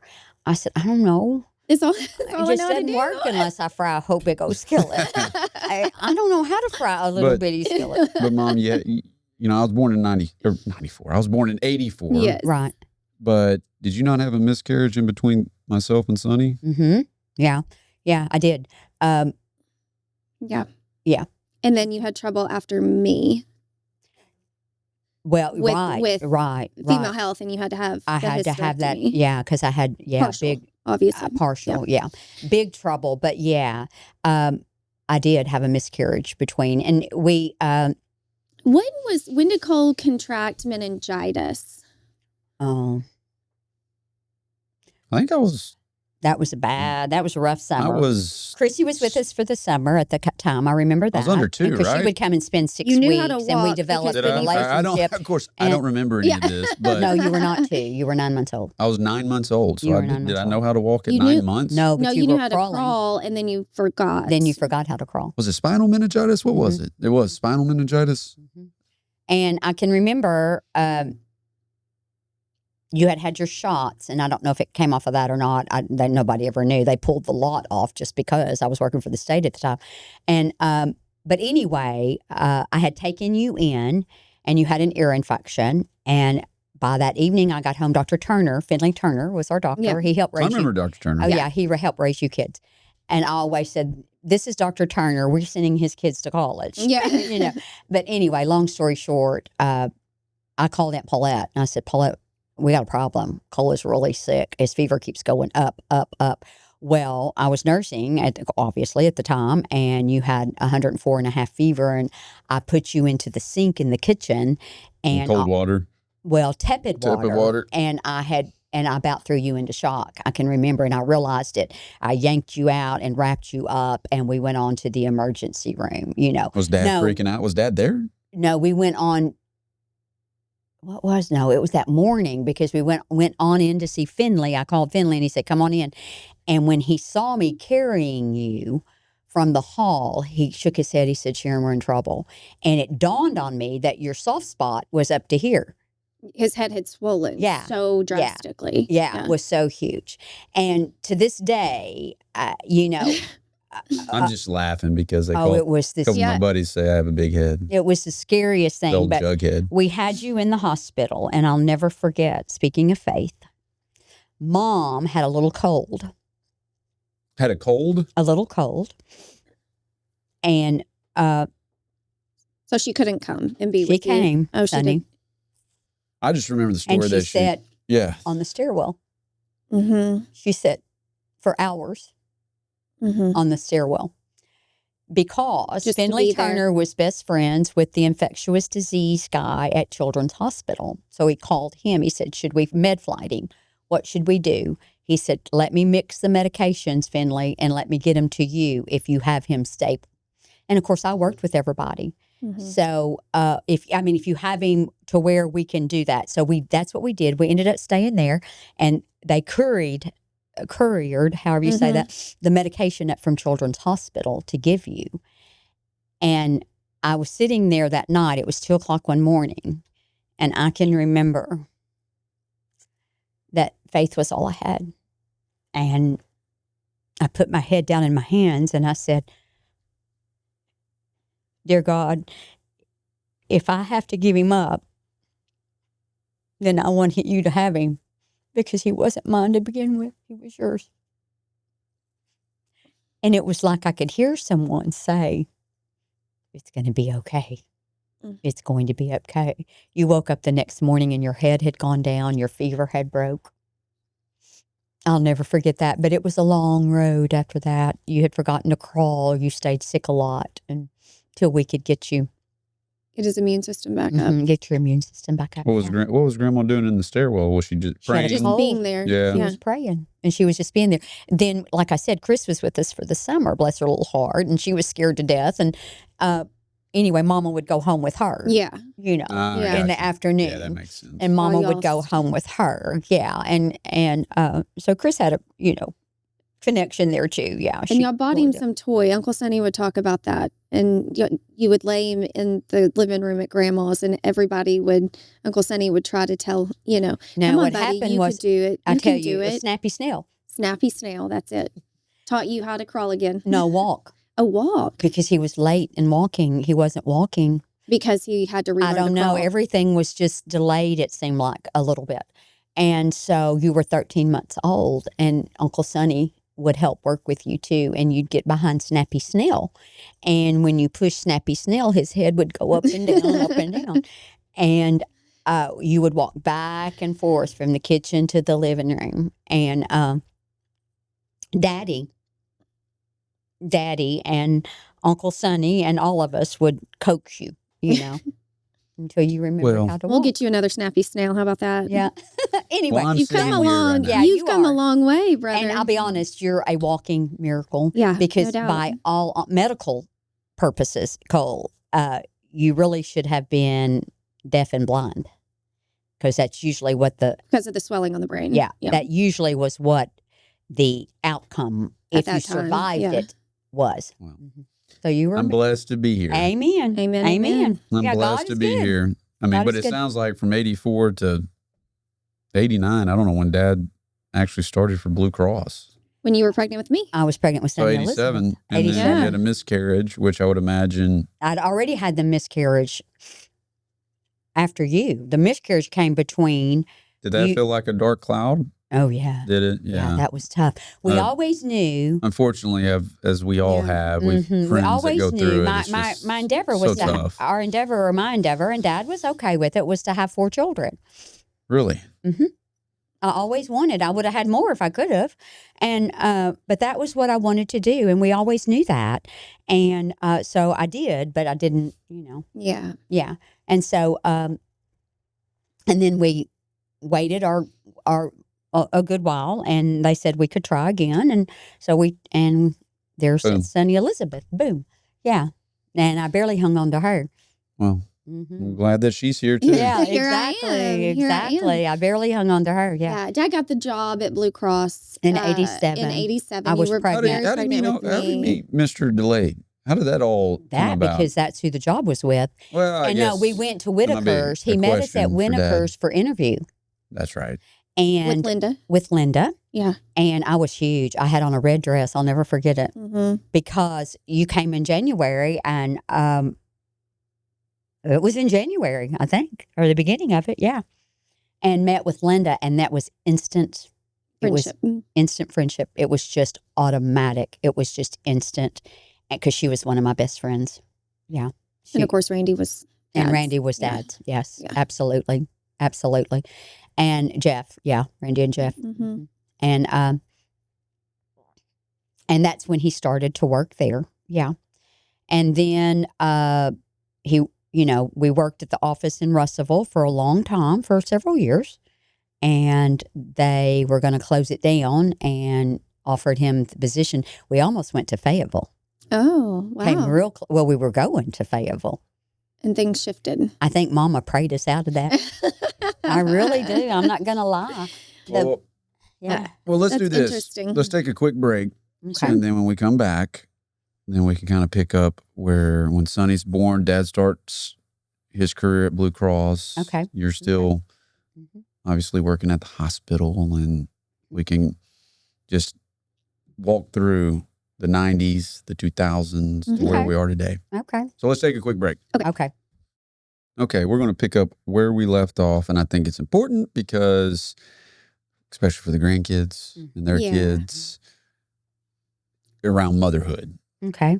Because if it wasn't for you and Dad, there wouldn't be us. Right. And then, of course, there wouldn't be Ava, Landon, and the rest of them. Emmy, Ellis, and the rest, the family. So let's just put it to you that way. Yeah. So what did motherhood mean to you? It meant everything to me. It's the greatest gift that God has ever bestowed on me. And I mean that with all my heart. It is the greatest gift I've ever been given. Is to be a parent. And, when I married your dad, he had Chris, and she was 8. And then we had you, and then we had Sonni Elizabeth. And so as y'all grew, and Chris got married, and she had Taylor, and she has the 4, Taylor and Drew and Shane and Brooklyn. And then you got married, and Sonni got married, then you got married. Yeah. Yeah. And Sonni had Ellis, and then you had Ava, and then you had Landon, and Sonni had Emmy, and Briley. And when Sonni got married, Tyler had Briley, and I think she was 8. No, she was 5. How was she? Was she 5? She was 5. Okay. Yeah. It's just crazy for me. Yeah. I know. Isn't that crazy? Now she's and married. now she's married. What's crazy She's grown and married. Taylor doing amazing things with her family, and seeing her, of course, when she wasn't taller than this chair. Briley, same thing. Yeah. Well, as a mom, what was the most proudest moment for you as a mother? For one thing, one of the greatest gifts that I've been given are the grandchildren. Oh, yes. We know we are second fiddle in your band. We understand. All the grandchildren. All the grandchildren. We know. And the And the great-grandchildren. Yes, yeah. we know that because we have 4 great-grandchildren and we have 9 grandchildren. And, they rank in, like I said, and I want to go down through them because it means a lot to me. Go for it. Yeah. Taylor came first. Mm-hmm. And then Drewbo came. And Drew has a little girl, Blair. Yes. Yes. Precious. And then Shane Elizabeth came. And is she ever doing good things too? And then Brookie came, yes. And she's doing big things too. And then Briley came. That's the succession, of things. And then Ellis, and then Ava, and then Landon, and then Emmy Claire. Can we tell the story of when Emmy Claire was born? Because y'all checked out of the hospital the day I checked in. Y'all checked out with Landon the day I checked in to have Emmy Claire. So we literally missed each other by hours. So Mom, being the vigilant that she is, stayed at the hospital with both of us around the clock as we had our kids and took care of the older ones when needed, and has always done all of that. And we'll definitely get into that. But that woman, the nurse looked at you and said, "Ma'am, do you go to Emmanuel Baptist? You look so familiar." That's exactly what she said. One of my nurses. And Mom goes, "No, honey, I've been here for over a week." Yeah, because y'all had your kids close together. Yeah. Yeah. Because the first set came first, and there was a break, and then y'all got married and started having your kids. Yeah. Yes. Yeah, and that's true. That's a true story about you, the little ones. Yeah. Yeah, and well, you built a heck of a family. Well, you and Dad have built a heck of a family. Thank you. Yes, We're very proud. Speaking of proud moments, there's too many to name. They're just all of you. Kids have done incredible things, and all of the grandkids have done incredible things and will continue to do more. And I couldn't be more grateful or thankful. And life is life, and God puts you in the path of people for a purpose. And they are put in your path for a purpose. Never doubt that, kids. There's always a reason when and hence our family, Chris, Right. Cole, and Sonni, hence our family there. And even Taylor has 3, a girl and 2 boys, and Drew has Blair. So that's the greats. Yes. For right now. For right now. Yeah. What does, kind of to that central theme of faith, you have always held a really beautiful devotion to Mary's role in salvation. You've always had this very devout commitment, interest in the way motherhood ushered in salvation. How have you leaned on her story to raise us? My mother had a great devotion to Our Lady. Yeah. A huge devotion. And she passed that on to us because, and I'll never forget this, I was taking y'all to school one day. And it was Was you. it St. John's or St. Joe? St. Joe. And it was you. Something had happened at school. I don't remember at what time or whatever, but your feelings were really hurt. And I can remember how crushed I felt. Mm-hmm. And I can remember the revelation of... How old were we? I mean, had to be 6th grade or older. Yeah, probably junior high. Somewhere in there. Yeah. And I guess, and I can remember, and the move on going to Conway was hard for you both. It was really, and I told Dad that I would never do it again, and he'd just have to write. I would never do that again because it was so very difficult, because it was not just a normal chain of movement, it was a total, complete movement. It was the best thing. Again, there's a prime example of God. I look back at it of and I'm God just like, knowing the best. Yeah, I look back at the move and I think of those that are in the military and they move. And then you become accustomed to it over time. Yeah. And it was only 45 minutes away. And I'll never forget, we were sitting in the house on Gum Street and Aunt Paulette was there and she had McDonald's, French fries, and you'd broke the news. And of course, I stormed out of the house crying and get on my bike and go tell Kelsey and the other kids in the neighborhood. But all that to say, if it wasn't for the move, I don't feel like I would be the man I am today. Likewise, yeah. There's a prime example. It was meant to be. It was meant to be. That's another example. I can name them over and over of God putting you, or God knowing what's best for you, and the fruition that comes out of it. But that particular morning, I can remember the very huge dawning that, oh, Blessed Mother, how did you ever do this?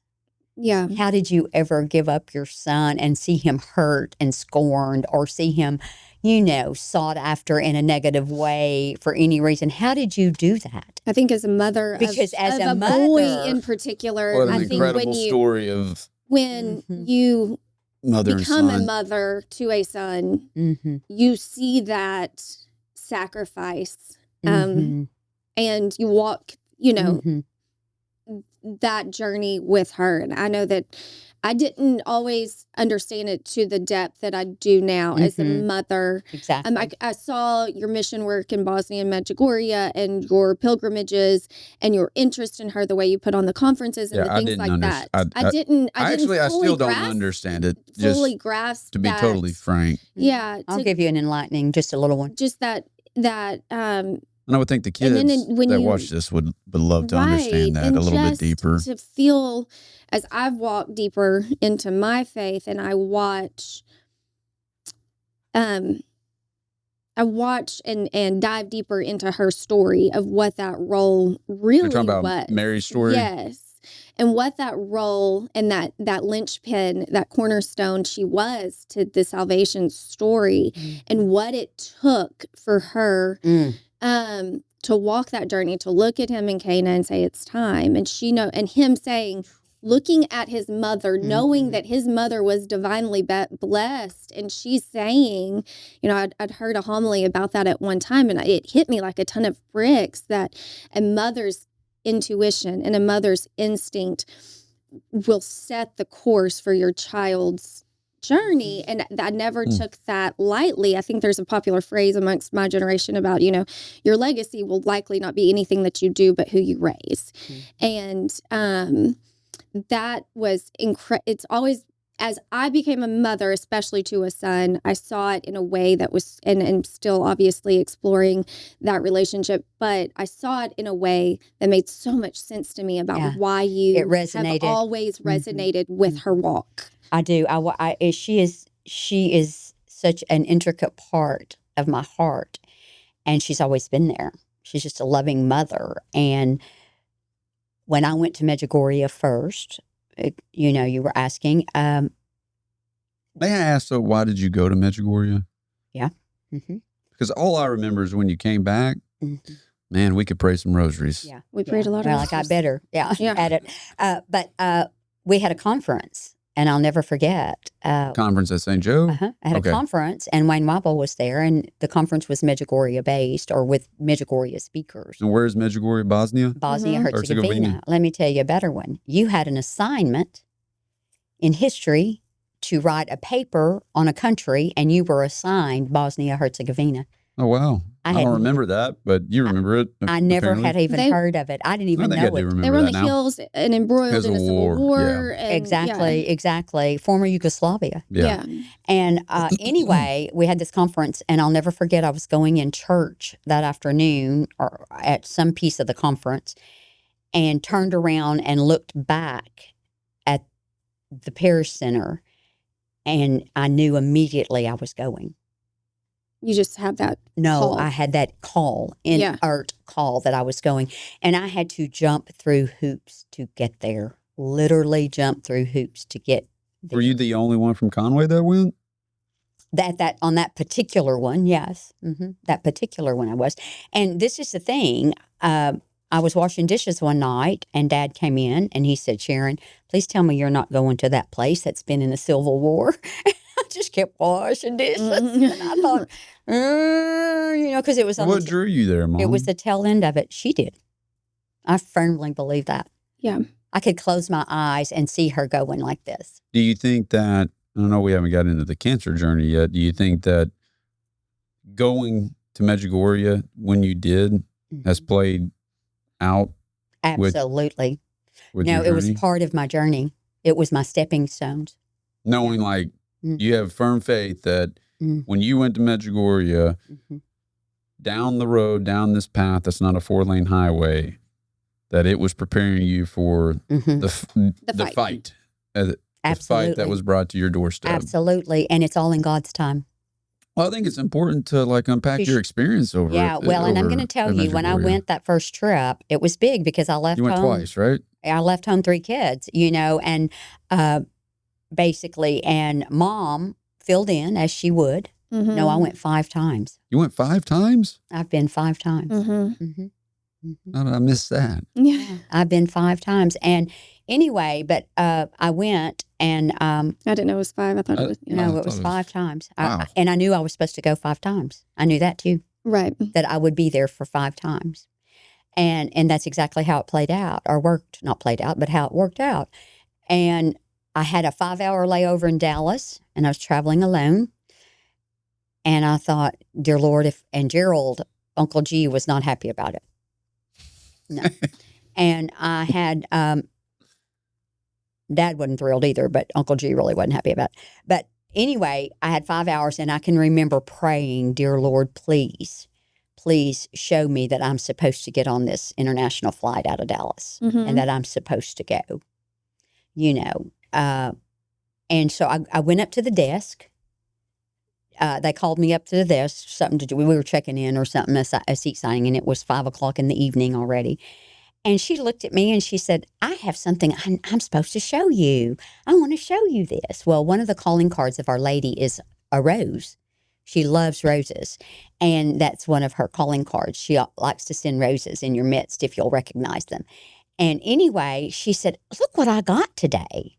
Look what I got today. And who's this? This was the flight attendant at the... And she said, and I want you to see him. And she reached under there and she picked him up and it was a set of roses. Wow. That's wild. Yeah. And I knew that. I knew then I was supposed to get go. on that flight. And I landed in Belgium. No, I landed in Germany first. And it was so confusing in Germany at that time. The board was confusing, and I was trying to find people to help me. And so I just picked up the phone. I thought, well, I'll just call the help thing. And so the German police got on the phone and said, no, ma'am, you're not supposed to call this number. Go on up to the desk and hang up. And then somebody looked at me and said, was that the police?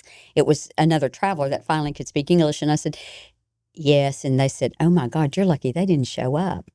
And it was just by the grace of God that it was just dumb stuff because, even though I had traveled a lot already, this was just a little bit different. And then I went to Belgium and my flight was delayed. And there were other people. I went with 206 Tours out of New York, which I traveled with always. And there were, I was looking for other people on the tour and I was the only one there. And I can remember, dear Lord, please send me an angel.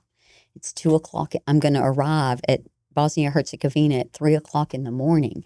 Is somebody going to be there? And I rounded the corner and sat down, and this gentleman said, he was English, and he said, hi, I'm such and such, such and such. And they were going somewhere else, but he walked me through everything. Oh, okay. To help get where you were going. To get where I was going. Got to Bosnia-Herzegovina, and someone was waiting on me. And before they let me out of the terminal, though, to meet them, they put me in a room by myself and frisked me. Went all through my Bible, went through all through my rosaries, and I thought I wasn't going to get any of them back, but I did because they were very communist at the time. Yes, very communist. Yeah, but I can remember not being scared at all because I knew she was going to take care of me.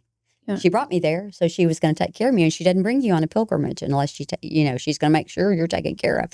And so I got through and met my ride, and I got in a car with them, went up this mountain. And you're by yourself. I'm There's by myself. Not a group you're with. No. 3:00 in the morning, and went up all. Does Dad know all this? Yeah, he's probably forgotten it, but he did. Went up the side of the mountain. You could have fallen off, literally. And I felt like I was climbing to heaven. And when I got to Jackie's house, which became a very dear friend, I can't get communication with them hardly anymore for some reason, but I can't. But I can remember putting my foot out on the gravel, and it was like 3:30 in the morning. And I can remember getting this feeling that just overtook me, like I was stepping on holy ground. And she showed up at the door. She was waiting up on me. Jackie was my house mother. Yeah. Her house mother. I stayed in her home. So for the kids that don't, this very remote area of a war-torn country. Especially when Mom first started going. Yeah. Yes, this very war-torn country was a very devout community. Anyways, but that's I had never seen anything like it. Right. Unbelievable, very dirt poor, but very beautiful, very, very devout, very happy. Mm-hmm. It was a place where fasting was just easy. It was a place where... The real deal. It was the real deal. Yeah. Yes. It was the place where everything was right. They fasted for the right reasons. Yes. Everything was right. Yes. What were your sleeping quarters like in Jackie's house? It started becoming modernized. And I used to tell people all the time that I traveled with that I was proud for them because they could finally eat and finally get some things because of us pilgrims and, bringing money into the region. And that's why our Lord chose that area. I know it's because they were highly impoverished and in a lot of ways. Stayed faithful through the entire But never lost. 2 weeks? I don't remember. You were just there for a week. Just a week. Yeah. A week at a time. About 8 days. No cell phone. No. No communication back home. Yeah, they had phones. You could communicate back home. Yeah, I remember. I'll never forget. I always tell the story of my Medjugorje lipstick. And by the way, I still have that lipstick case, the tube. I was in Dallas in the airport and went into the duty-free shop because I could, because I'd forgotten all my lipstick. And I bought a tube of Estee Lauder lipstick that was probably $18 at the time. Mm-hmm. It was a fortune. I don't know what it was, $15. It was a lot. But I bought it. And I laugh every time I say it because I call it my Medjugorje lipstick because it was so funny because it wasn't about lipstick. That place wasn't about lipstick. Right. You were worried about forgetting your lipstick. You bought expensive lipstick in the airport. You showed up and thought, where you're going with it, but why in the world did I think I needed to buy lipstick to come here? Yeah. Are you kidding me? Yeah. Absolutely. Yeah. Because what I had was wealth to them. Just in a plain setting, but yes, we went to Mass and we climbed the mountains that Our Lady appeared on, and had a lot of experiences. The miracle of the sun, I was privileged, very privileged to get to see that, like they did in Fatima. Mm-hmm. You ever read it on Fatima? Mm-hmm. It appeared there too. Mm-hmm. Yeah, and so met the visionaries that still have visions today. And it was a very, very special piece of my life. And one of my most special pieces was they had huge refugee camps. Yeah. And one of my trips, I collected toothbrushes and soap. Yeah. And toiletry kits and all that. May God forgive me, Band-Aids, ointment, and I smuggled it in. Why would that's what you're supposed to do? Yeah, you did the right thing. Me and Penny did. There's no forgiveness that you need to ask. I remember you collecting those supplies to go over there for the refugee camps. Yeah. And I took a suitcase, and Penny Abaruzzi, it lives in New York now, and we still stay in touch. We became very close, and she was a leader for the tour group. And she did too, and we would bounce off of each other and try to help people get things done because I became very involved with the groups and those kind of things. Yeah. And it was just, Medjugorje is, as I've always said, the edge of heaven. It's truly the edge of heaven. And I miss it sometimes. Yeah. Yeah, I really miss it. I would love to go back one more time, but it's a very big trip. It's a huge trip, and I'm not supposed to. Yeah. I know when you're supposed to do things, but that was a very big piece. You kids were very gracious about letting me go and not. Well, I don't think we had a choice. No, you probably didn't. I probably didn't give you one. I'm glad that you went. No, I'm glad you had those. Super grateful that you went. Absolutely. It's so that Our Lady is a very faith agreed journey. Which you got a script. You got some scripture here. I was just, it said something about my most favorite scripture, and my most favorite scripture of all time is John 14:27. Peace I leave with you, my peace I give you, not as the world gives. Yeah. Do I give you. Let not your hearts be troubled, neither let them be afraid. That is I have a lot of favorite ones, a lot. Matthew 6:25 is another one. Philippians 4:13 is another one. I can do all things through Christ who strengthens me. Mm-hmm. Yeah. And listen, kids, your mom is far from perfect. Far from perfect. We all are being polished every day as we live life. And we can never be perfect. You can't. But you can strive to try to do your best. And that's what we strive to do. I've made plenty of mistakes in my life. And I hope and pray that I have grown fruit from them and learned from them.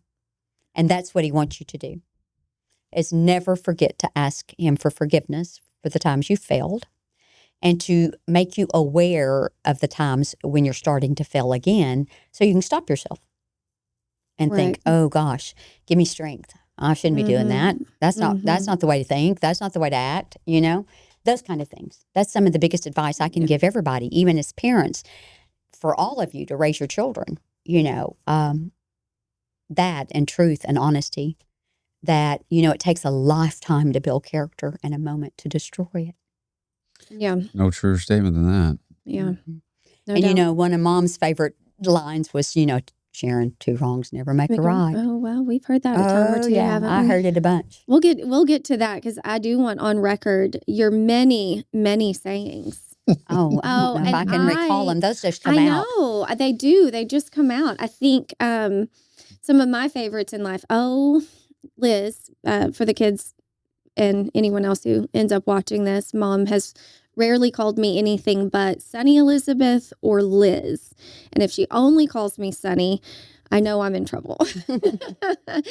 So I answer to Liz most of the time, or Lizzie from Mom, but just to keep confusion down from when I was a child, obviously, because I'm named after my godfather, Uncle Sonni. So it would get confusing. Big Sonni, little Sonni. Then it just morphed into calling me Liz. But if I had a nickel for every time you would tell me things like, Liz, you got to put that in file 13. Sonni, you got to put that in file 13, honey. There's nothing you can do about that. You got to put that, feelings are just visitors. Feel them and let them go. Let them go. I'm not as That's good at actually that. a really good one. I know, but I'm not as good as that. As I used to be. You the older you get, the more you had so many, good one-liners for me that have carried. But then the funny ones. I felt so small. I could sit on a dime and swing my feet. Handy as a pocket on a shirt. Yeah. Tighter than Dick's hat band. I don't even know who Dick is. It cracks me up, because I'll find myself at work pulling out these metaphors, analogies, whatever. And my principal, she's from California, and so she's like, I just need you to write all of these down. These are hilarious. I remember when Ashley first started getting to know you, she would be like, what does she mean by that? Yeah. And one of my other favorites were, they're going to just fold like an egg pudding. They're going to fold like an egg pudding. Finer than a frog hair. Finer than a frog hair. Yeah. Yeah. Just I don't know where I got them. I wish I could think of more off the top of my head, because you have an arsenal of them, and they're hilarious. And they just come out. Yeah. I assume you just picked them up along the way. I guess. Heard someone say it, and then I guess. liked it. Yes. I guess. Mom, you've always been a very eloquent person, and you read a lot. I think our vocabulary, you spoke to us very, elevated. Sweet, it's not that you have always some of that, I think, was collegiately born. Yes. I'll never forget that when I took humanities courses, my degree called for 9 hours of humanities. Right. And some of my least favorite things. And I can remember griping so bad about, why do we have to take this? It does not make any difference. And now one of my favorite lines to collegiate students is, when they say something like that, I'll say, I promise you it will well round you. it will pull things together. You think that are not important, but they are. And that those humanities courses were critical thinking things and they were more articulate and they were more there was bigger requirement for that, and I think that's where some of that, maybe was born from. Well, you've got a whole arsenal of good ones. It's so that's funny. what I've been told. They are good. I don't pay attention, but that's what I've been told. They just good. come out, they just come, and I don't know where, I guess I keep them. I think it was growing up, it was more of a expectation that you and Dad had, in particular you, and again, nothing against Dad, but you, on the standards we upheld inside and outside the home. We were not I definitely wasn't perfect. I was a hard son to raise. I know that in so many ways. You were typical in a lot of ways. Yeah, in so many ways. But to all that to be said, the one thing that I constantly saw and consistently saw from you, and I believe you came by it honest, is your giving nature and your giving of your time, your energy, how you would connect with people. I can't imagine the amount of conversations that you've had with people that I have not seen. You can't even quantify that. I don't even know what the number would be. That now. But the impact that you've had just simply by understanding the art of connection, which I think that comes naturally with grandma and the family and Mom always loved people. I love people. Yeah, and I know that. And your faith, it permeates. Right. People know you as, like, you're the standard. Like, yes. When it comes to faith, you're the standard. Yes. And when it comes led a Bible study every Wednesday morning for how many years now? About 27. Yeah. 27. I didn't even know that. Yeah, I've watched Bible after Bible fall apart in your home as you have worn them out. Yes, that is the standard of her. And it is, I would agree with you, probably inherent. If we circle back to when we're talking about grandma made everyone feel as though they were the center of the universe. It was this magic she had about her, and Mom definitely has that too.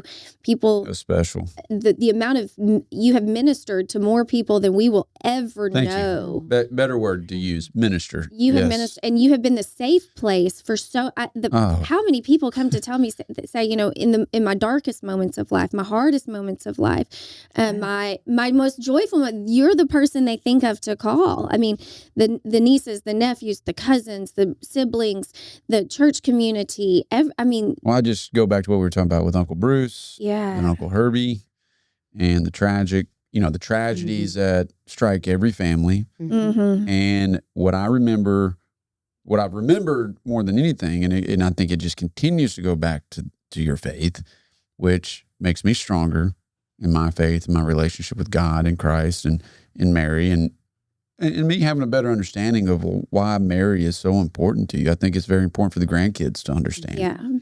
Right. And what a great role model. Yeah. Like so many watch YouTube shorts now and YouTube videos, and they have false role models when you have someone that has truly been the standard in life that you need to mirror your life off of. But I just see you as that person that's a rock for so many people, Mom. I really, really do. Oh, wow. You've taught us how to show up. And I think that's during the hardest times. The hardest times. You've never shied away from anyone's pain. You've never shied away from anyone's, certainly not their joyful moments. I mean, obviously those, we can all show up for those things, but your ability to meet people where they're at in a very unconditional, loving, grace-filled, merciful way has shaped and I don't think you know how many people you impact. No. You walk out of my office and I have people saying, there's such a warmth about her. And it's just, you were just, my goodness. You were there. You gave them a hug. You smiled. You laugh. I mean, you're just you. And maybe we take that for granted. But then I've got my staff saying, she's just so warm. You're so blessed. Yeah, we're blessed because we have something very unique. That's very rare, and that's family. I mean, that's just, put it to you that way. It's family, and very unique and very rare. Then when you get two parents that love each other and have loved each other for so long. Well, we're blessed. I cannot express to to all of you how blessed that Dad and I are. You know, I always say, and I'm just me. I don't do all this myself by no means. It's by the grace of God and that He's walked me through this journey. And there's no doubt in my mind about that. And there's one thing I always want y'all to remember and to tell your children is that to walk humbly with Him the best you can. I don't do that well all the time, but I try. And like I said, I don't do any of this by myself, by no stretch. I do it with the support of all of y'all and my beautiful family. But above all, the grace of God and Our Lady. But I've always thought too that, you know, I'm not better than the next one. No, I know. Oh no, you know? No one ever has thought that of you. I don't want the grandkids to think that you don't have a steely spine, because Cole and I both have definitely felt your discipline at times. Cole really loved rap, and we would make these CDs, and we would come home, and Mom had broken our CDs. She's also taking me to the ground. How tall are you, Mom? You know what I used to tell you all the time? I told you both. I'm 5 foot. But I would say, you may grow taller than me, but you will never grow bigger than me. I don't recommend this, but I flipped her off, and somehow she figured out I flipped her off. And I don't know how she saw it. She came and grabbed my finger and then took me to the ground. Yeah. Like I said earlier, I was very hard to raise. But I will say this. Growing up, all we can take with us are memories and experiences. That's why we're here. One of the most powerful memories for me, which honestly formed me into who I am, was my 9th grade year. There's always an inflection point in someone's life that you can look back to, and there's multiple ones along the way, but this one in particular, it was 9th grade. I had failed oral communications. Dad really helped me become a better speaker, so then I ended up acing it, and Miss Green was phenomenal. She held the line, and I'm grateful that she held the line. Likewise. That spring, though, I got caught cheating, as they should have done. They kicked myself and Cody off the baseball team. Yes. I remember being picked up out the double doors in the minivan, the Windstar, the white Windstar. Oh, man. Having to tell Mom what had just happened before the news got to her by the coaches and, of course, the staff. I broke down in tears. You held the line. You were very disciplined, but you were very compassionate at the same time. The one word or a couple of words that would always sting was, hey, look, I'm disappointed in you, but we're going to figure this out. And then I also wrecked Aunt Paulette's car. I forgot that one. The green Windstar, because I hit a Sonic pole. And I blame Kyle for allowing me to go drive it to Sonic, but I'm the one that hit the Sonic pole because Kyle was having baseball practice at Sacred Heart. It was just a big, heavy... I'm going to tell you right now. Stretch. You and Christy were hard on vehicles. Yeah. Y'all were really hard on vehicles. Yeah. But even Christy had you topped. She wrecked all 3 in one day. Yeah. True, but to Sonny's point. Yes. I mean, that was the beautiful thing that we get to see is like, hey, you were disciplined. You weren't rigid. No. The trips to Medjugorje shaped you in ways that you never thought. And then it shaped us because I'll be honest with you, Mom, we're driving to Aunt Polly's or to Grandma's and we're praying rosaries. And I'm just like, man, like this is a serious discipline. Like I'm thinking about that back then. Now at 41, have a heck of a lot more appreciation for it, right? Because I lost touch with God and Christ there for a while, and I found my way back over these past 6 years. Faith has its ups and downs. It does. It's always a journey. You have to pray yourself through it. But you were always there. Like you were always there. Oh gosh, yeah. Always there, and always there for friends and family, and you were very involved in school with us. I loved it dearly. You were very involved. I loved it dearly. Speaking of that, Mary Korsmeyer came over a couple nights and visited for a long time and said to tell you both hello. Wonderful. Coach K sent a hello too. Yeah, That's she brought awesome. us some dinner. Yeah, it was so really nice. It was fun. We laughed and visited about some things because I dearly loved being involved at school. I really, really did. It made me feel part of y'all. I don't know if you know this story, but when I started back teaching, I'd taken a hiatus and started back teaching. We were having the Christmas theme days and all this kind of stuff. I called Mom up and I said, "Mom, can I borrow your ugly sweater?" She goes, "That was my sweater." Yeah, she goes, "What ugly sweater?" I said, Mom, the one you would always wear to school, the ugly sweater. She goes, I remember I'm that deeply offended, but yeah, you can have it. Yeah, I still wear it. Sweater. I still wear that every Christmas at school on Ugly Sweater Day and laugh and I tell everyone like, no, she wore this. I love that sweater. Yeah, no, it was very much in style. I'm sure back then. It was back then. Well, let's do this. Let's get into your cancer journey. Okay. I think it's time, and I know it's been a heck of a ride. Wow, it's been a journey, kids. And I look back at life and the stepping stones that were put in place for this journey. And I can see them. I recognize them. That's why I asked that earlier. Yeah. In a lot of ways, I can recognize God's preparation and the timing that he takes for it and the cleansing that he takes for it. And I have experienced that. I'm very close to Father Jeff Hebert. Yes. Okay. Very close to him. And I just spent actually almost 2 hours with him a couple days ago at the Formation House. And for those who don't know, Father Hebert was a priest at St. Joe for a little while, but now he is at the diocese, the director of vocations. He's a wonderful guy. Oh, he's just wonderful. I can't wait if Sonny's met him, but I don't think you have. I've done some work with him just through the diocese. Yeah, no, I haven't. But I can't wait for you to meet him. And anyway, so God has given, thank God, me the wonderful grace and time and the opportunity to be so blessed even through this journey. And don't get me wrong, kids, I have my moments and they're hard and they're not always pleasant. And but I also think and feel that I have been divinely favored in so many ways. I really have. Because not that I didn't always hold near and dear to my heart you kids and all the grandkids and great-grandkids and my family and siblings and cousins and nieces and nephews, so on and so forth, because they're all part of my heart. And always felt that and recognized that. But things have taken on and your dad, and things have taken on just a fuller life, a deeper meaning. And I have, one of my favorite prayers through this journey has been, dear God, please grant me the wisdom to see your will and the courage to follow it. Mm-hmm. That's been my biggest prayer. And I've had to wrap my brain around some things and my heart around some things.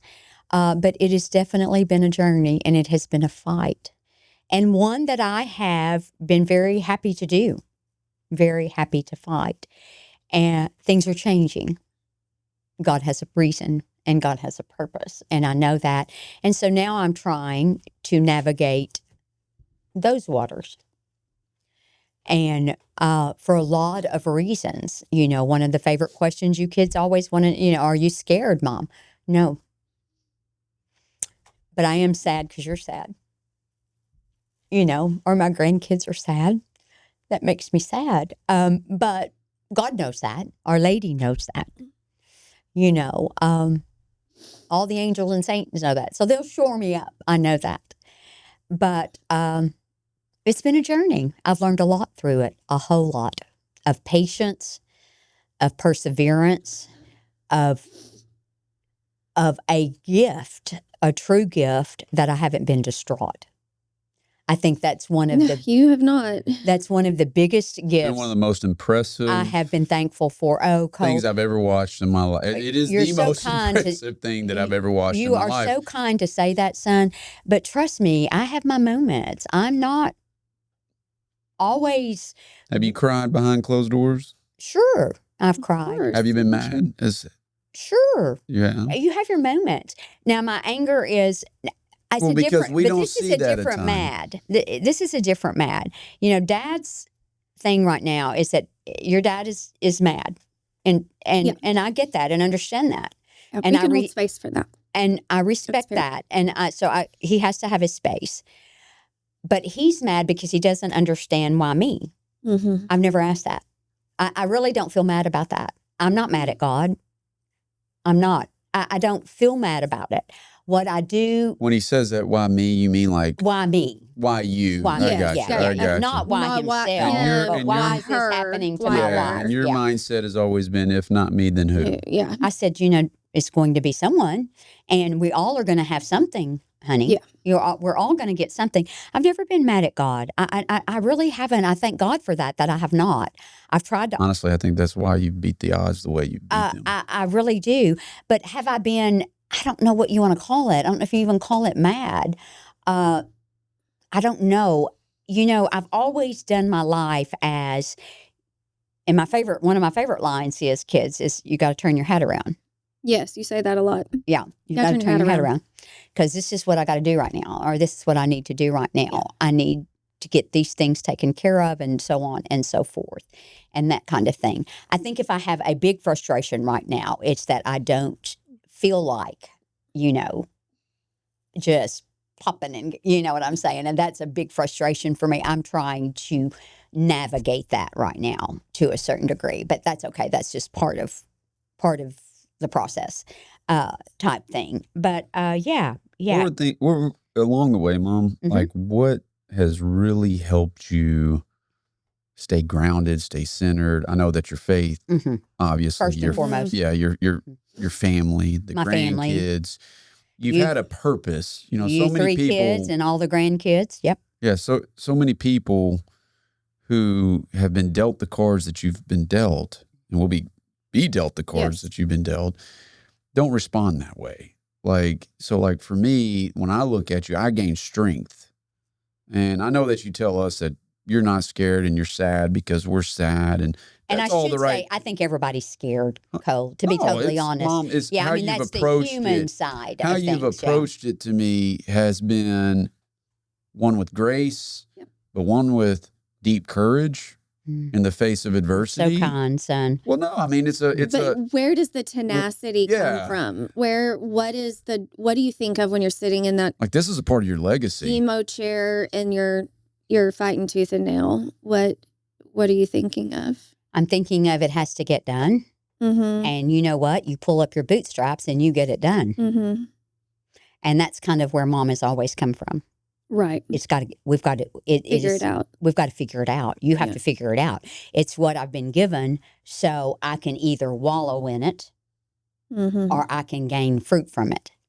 And I don't like the wallowing side, kids. That's not mad. That's not who Mom is. That's not me. That's not what God wants. No, that's not productive. It's not anything. And it's miserable. Well, that's what kills more people. Yeah. It's miserable. So who in heaven's name would want to live like that? So you make a choice. And you let go and you let God. You show up for everything. And you show up for everything. Like you show up for everything. You don't miss a kid's game. You don't, you show up for everything. And I think obviously they are your heart and soul. And I know that. But what would you say to them about your fight? That you're stronger than you think you are. God will give you the grace, but you have to let go and let God. You have to let Him give you the grace. How hard is it, though, to surrender? Oh, that's not an easy task.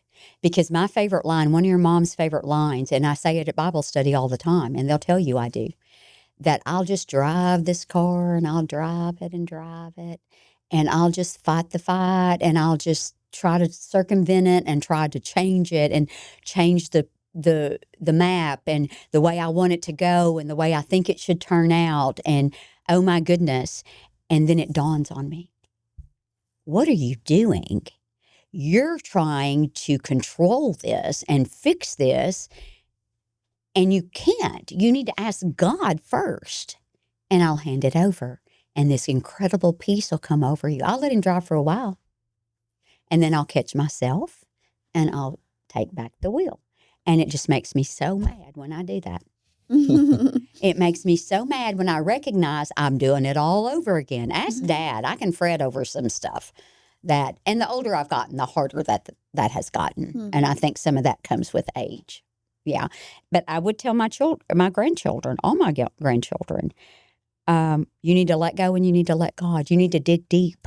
You are strong. You were not made weak. You were made strong. You were made in his image and you were made strong. You can do anything. You're gifted. You can do anything. Let your faith guide you. Let the Holy Spirit be the glue. Always depend on God and the power of prayer and your family. Always be true. Be honest. Stand on character. Be real. Be trustworthy. Be a man or woman of your word. Never destroy someone. Never. There's no fruition in it. Would you want to be done that way? No. And remember to always give and let go. And that's how you get through, and forgive. That's how you get through. And I'll tell you another thing. There's only today. And I can plan and trust me, kids, as y'all well know, your mother's good at that. Oh no, I've got to make sure that's whatever, blah, blah, blah, blah, blah. But there is no what. There is just today. Do I fall off that wagon a lot? Of course, because we're human. We're human. And sometimes I think, God, and I want to say, Eve, why'd you eat the apple? Are you kidding me? Yeah. Look what you left us. Mm-hmm. This whole world is tough. And to survive this world, you've got to be faithful and you've got to be strong, because you see what, kids? You and whatever child that is born is the same human that was born 2,000 years ago. The human hasn't changed. Right. Just the society and the environment. Right. A lot of good things in this world, beautiful things in this world. It's what we do with them that matters. Right. He's the same.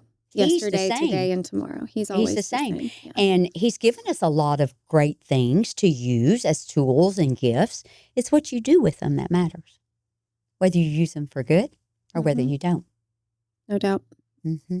So that's how you get through, son. That's the best way I can describe it. I take today and I get around it. And, and am I human? You bet. Am I flawed? Absolutely. I would never sit here and say I wasn't. Never. Because I am. That's what makes you great, Mom. Yeah. Well, you were also tasked with a pretty big responsibility when Grandma passed away. Mm-hmm. And when she passed away, we also had big tornadoes that came through, changed the landscape of the farm. Yeah. And I'll never forget, and I don't know if it was Greg, May, or Justin. This is one of the guys that were outside. And they look at me, they don't look at me. We're all talking and they said, what are we going to do? Grandma just passed. What are we going to do? And of course, I just sat, listened, and obviously you stepped into the role. Fast forward, you've done a phenomenal job keeping tradition alive, family alive, where most would not. Well, I'm going to be honest, kids, first and foremost, and make it very clear that I could have never, ever done without my siblings, hands down, because it's been a collaborative effort. It truly has in so many ways. And I, of course, love them with all my heart. And but I will tell you, before your grandmother got sick and before her memory started fading, we were in the doctor's office one day. And she said, Sharon, this is where this is, this is where this is, this is where that is. I want you to know. I said, Mom, why are we talking about this? She said, because it's important. I want you to know where this is at and what to do with this and so on and so forth. Which, she didn't have a whole lot. But she said, but there's only one thing I really want. And that's a promise for you to make. And I said, what's that, Mom? And she said, please do everything you can to keep this family together. Please. Please continue to come home. And I said, Mom, I promise you. And I've tried very hard. Oh, you've succeeded. To keep that promise. You've succeeded and then some. With the help of my siblings. Yeah. And it's been a gift. So let's do this. It's been a privilege. Let's do this. If you're up for it. Okay. Okay. If you're up for it, to each of your siblings, I would like for you to give them a special little message from your heart to theirs.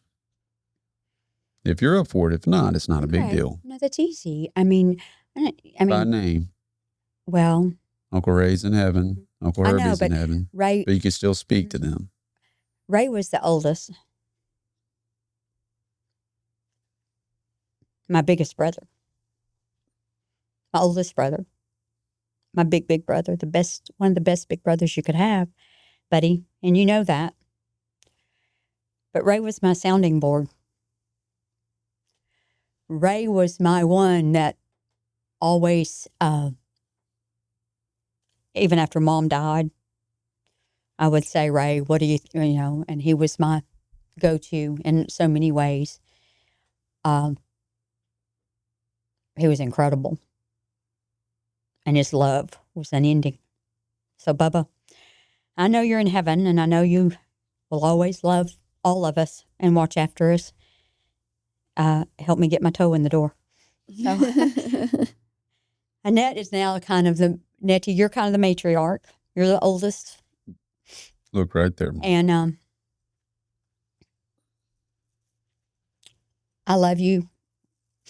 Love you, Ray, too, and love you, Net, with my whole heart. And thank you for being and stepping in to Mom's role in so many, because I know it looks like that I do a lot of things, but there's so many times I bounce things off Annette and say, sis, what do you think about whatever?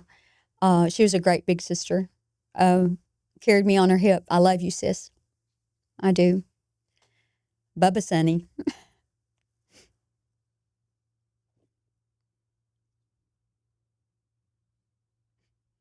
I love you, Bubba.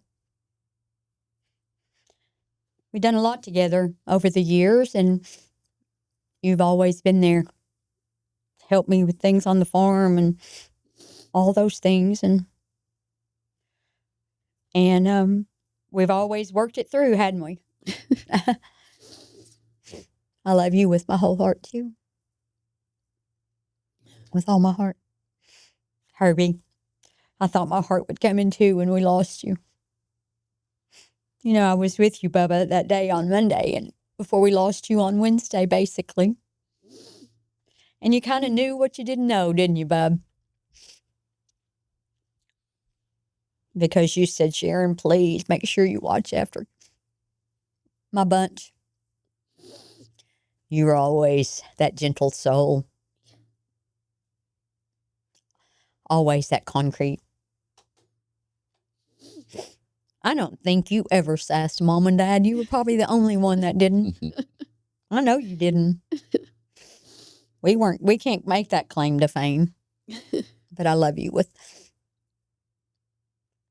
my whole heart, all my heart, but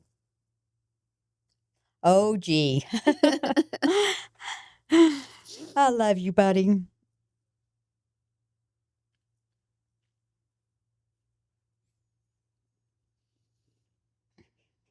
You're my Copper. And I'm your Todd.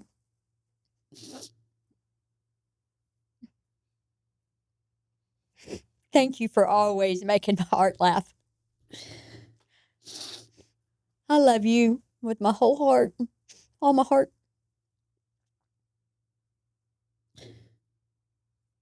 Oh, sissy. Paulette. My best friend. I told you the other day we were like Mama and Aunt Tootsie. You were Mama and I was Aunt Tootsie. Because I've always been the sassy one. Thank you, sissy. Thank you for your love. For always being there for me and my kids. Always. I love you with all my heart, my whole heart. We've had lots of fun. It's a treasure. I don't even know, other than to sum it up, all 6 of you, your wives, your husbands, what a gift you are to the heart and the soul. The unspoken love and respect that has been fostered in all 7 of us by Mom and Dad is something that is so incredible that I always hope we always take a moment to thank our good Lord for that and for them. But we've had lots of fun and a lot more fun to be had. It's just, we really have. And our kids are carrying on the traditions, and I'm very proud of them, and they'll keep doing that. And we're blessed because we have a huge tribe, don't we? And baby's still coming. Yeah. So for that, I'm thankful. That was beautiful, and I love you. Mom. Yeah. That was beautiful. Beautiful. Oh. That was beautiful. Yeah. And I think it's something that you needed to get off your heart anyway. Mm-hmm. It is. And I want to add quickly to that, to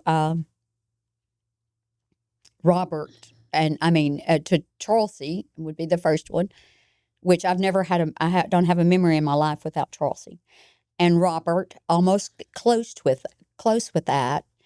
And Karen, Aunt Karen, I went to school with her, and we were friends, big friends, special.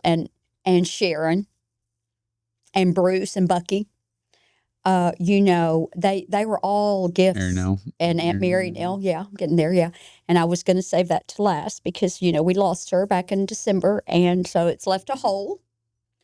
But I want to always say, too, that I know she's in heaven praying for us, Mary Nell is, and that I think, and Bruce and Bucky are, too. And so I want to thank God, to say a special thank you, and that I love you guys, too, with all my heart and whole heart, because y'all all played a special role in my life. Y'all really have. Well, Grandma wrote us a letter, Mom, and that letter's framed. Mm-hmm. On about using the smokehouse, using the house. Yeah. What's your letter to the family? What do you mean, what's my letter? What's your letter? Grandma left us a letter. Oh, okay. To the family.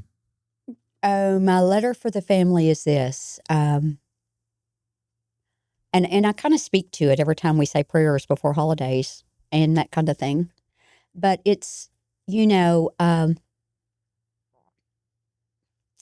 strong in God and be strong in each other.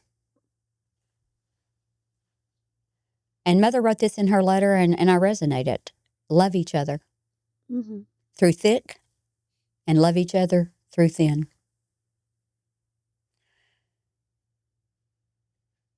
You stand on the legs that built you in that home place. And in that home, and it's not about the structure. It's about the core. And you kids do it beautifully. You've already exhibited that and show that. Stay close to each other. Time has a way, busyness has a way to separate you. Mm-hmm. Be careful. Yeah, that's, I think, one of the most beautiful things. Be careful. Becoming an adult and seeing how unique our family is, at how loyal we are, how much we are still together. And on that note, I'm going to tell you, as you well know, all you children and my grandchildren and great-grandchildren are the very gift of my heart and soul and your dad. But my siblings are as well, but so are my nieces and nephews, and I love them all with all my heart and whole heart. I just do, because they've been an intricate part of my life and your lives. That's important. Stay close to each other. That's where you draw your sustenance from. We all know you draw it from the big man upstairs, but make sure you draw from each other. Be careful. Don't let the busyness of life get in your way, because it has a way of creeping in and saying, oh, it's easier just not to do that. Yeah. I'm not saying there's not a better way to do things or there's not, but the result should be the same. Mm-hmm. Does that make sense? Right. So 100% sense. Yeah. I'm telling you all, with your cousins and of every level, first, second, third, whatever the case may be, your nieces, your nephews, whatever, sisters, brothers, stay engaged. It's important because without the core, it dissolves. Mm-hmm. And I find that so very sad. And I will tell you a small story that a man at church, and I happen to know him because part of his family's from my family, and we call him Cut, but he stopped me one day, and we were making sausage, but at that time. But it was at church at St. Joe, and he said, Sharon, come here. I got to tell you something. He has a place up north of Clinton, and I said, what's up? He said, y'all up at your mom's this weekend or up at the home this weekend? I said, we were. He said, I know. Had my son with me, or his grandson. I can't remember which now. And I pulled over on the side of the road. I said, and he said, the yard was full of cars. And he said, you see that right there? You see that? And he said, yeah, I see it. He said, I want to tell you why. That's called family. That's what family does. And I want you to see it firsthand. He said, I just have to tell you, it was a beautiful sight. That's awesome, Mom. That's awesome. Yeah. So just remember that, though. You have to carry that on. You have to make an effort, because I'm going to be honest, in some ways it's a labor of love. Oh, for sure. Oh, yeah. It's a lot of Absolutely. effort. Absolutely. Yeah. A lot ton of effort. labor. A ton. Ton of labor, ton of effort. I'm proud of you. Yeah, absolutely. My goodness, I'm proud of you. Oh, it's taken us all. It takes a village, kids. Yeah. You've definitely succeeded. But a couple of weeks ago, we received some other news. Mm-hmm. And although we somewhat knew that the news was coming, Mom, it was tough to hear. How are you?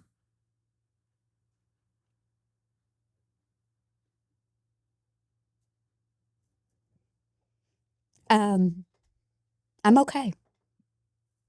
It's big. And I'm trying to navigate the physical side of things as well. Right. Which is big, becoming bigger. And that's okay. We'll figure that out. We'll manage all that. And I guess part of me is going through my mind of, and I'm glad we're doing this because it gives me the opportunity to say some things. Because the floor is yours, the mic is yours. Because I'm going to tell y'all, your mother's not a big journaler. Right. I never have been. I've never been a big journaler, although I do have journals of Medjugorje that are very near and dear to my heart. And but I'm not a big journaler like some people do, Dear Diary every day. I never have been. I'm not all that. I hated to write papers in college, and I'm no better now. So it's better for me to do it orally. And every chance I ever got in college to do anything oral, I took it. Right. Just because I just dislike writing. So I'm okay. But what I am doing right now, and I'm glad we're doing this, is because I wanted to leave something or talk to everybody just a moment. And so I do want to take a second. Feel free to look in there if you're going to. And while we're doing that, but I'm okay. And I want you all to know, to Chris, Cole, and Sonni, first your dad, D, and to Taylor and Justin, and Nash and Crawford, and Drew. Hang on, I'm thinking. Okay. I'm just thinking out loud. And Aubrey, and Drew and Blair, Shane and Brooklyn, and your significant others. To Ellis and Ava and Landon and Emmy Claire. To Tyler and Ashley.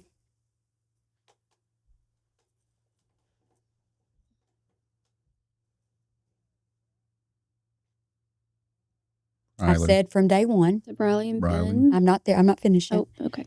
Tyler and Ashley. I'm having to think a minute. To Briley and Ben. They're married now. And I think Shane and Brooklyn have real significant others too. Johnny and Nathan.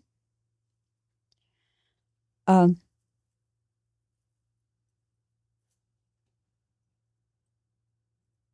said it from day one. We can do this. We can do this. God has given me one of the greatest gifts of my life and all of you.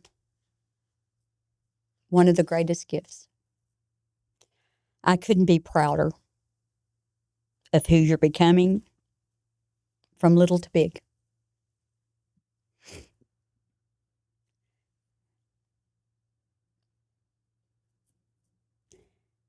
Dee, you're my soulmate. You always have been. You always will be. And we got this. We can do this. In God, we can do all things. Who strengthens us, to a host of family and friends. But to my own just right now, be strong. Be who you are. Be true, be honest, be humble, and walk with God. Take care of each other. Love, and love well. It's worth it. Be honest. Be dependable. Give back. And know that you're loved beyond measure. I love you all with my whole heart and then some. I love you all. A quick little note to the newly married, which is Brian Ben. You're just starting. Always keep God in the center. Always be loving and true to each other. To you that are married,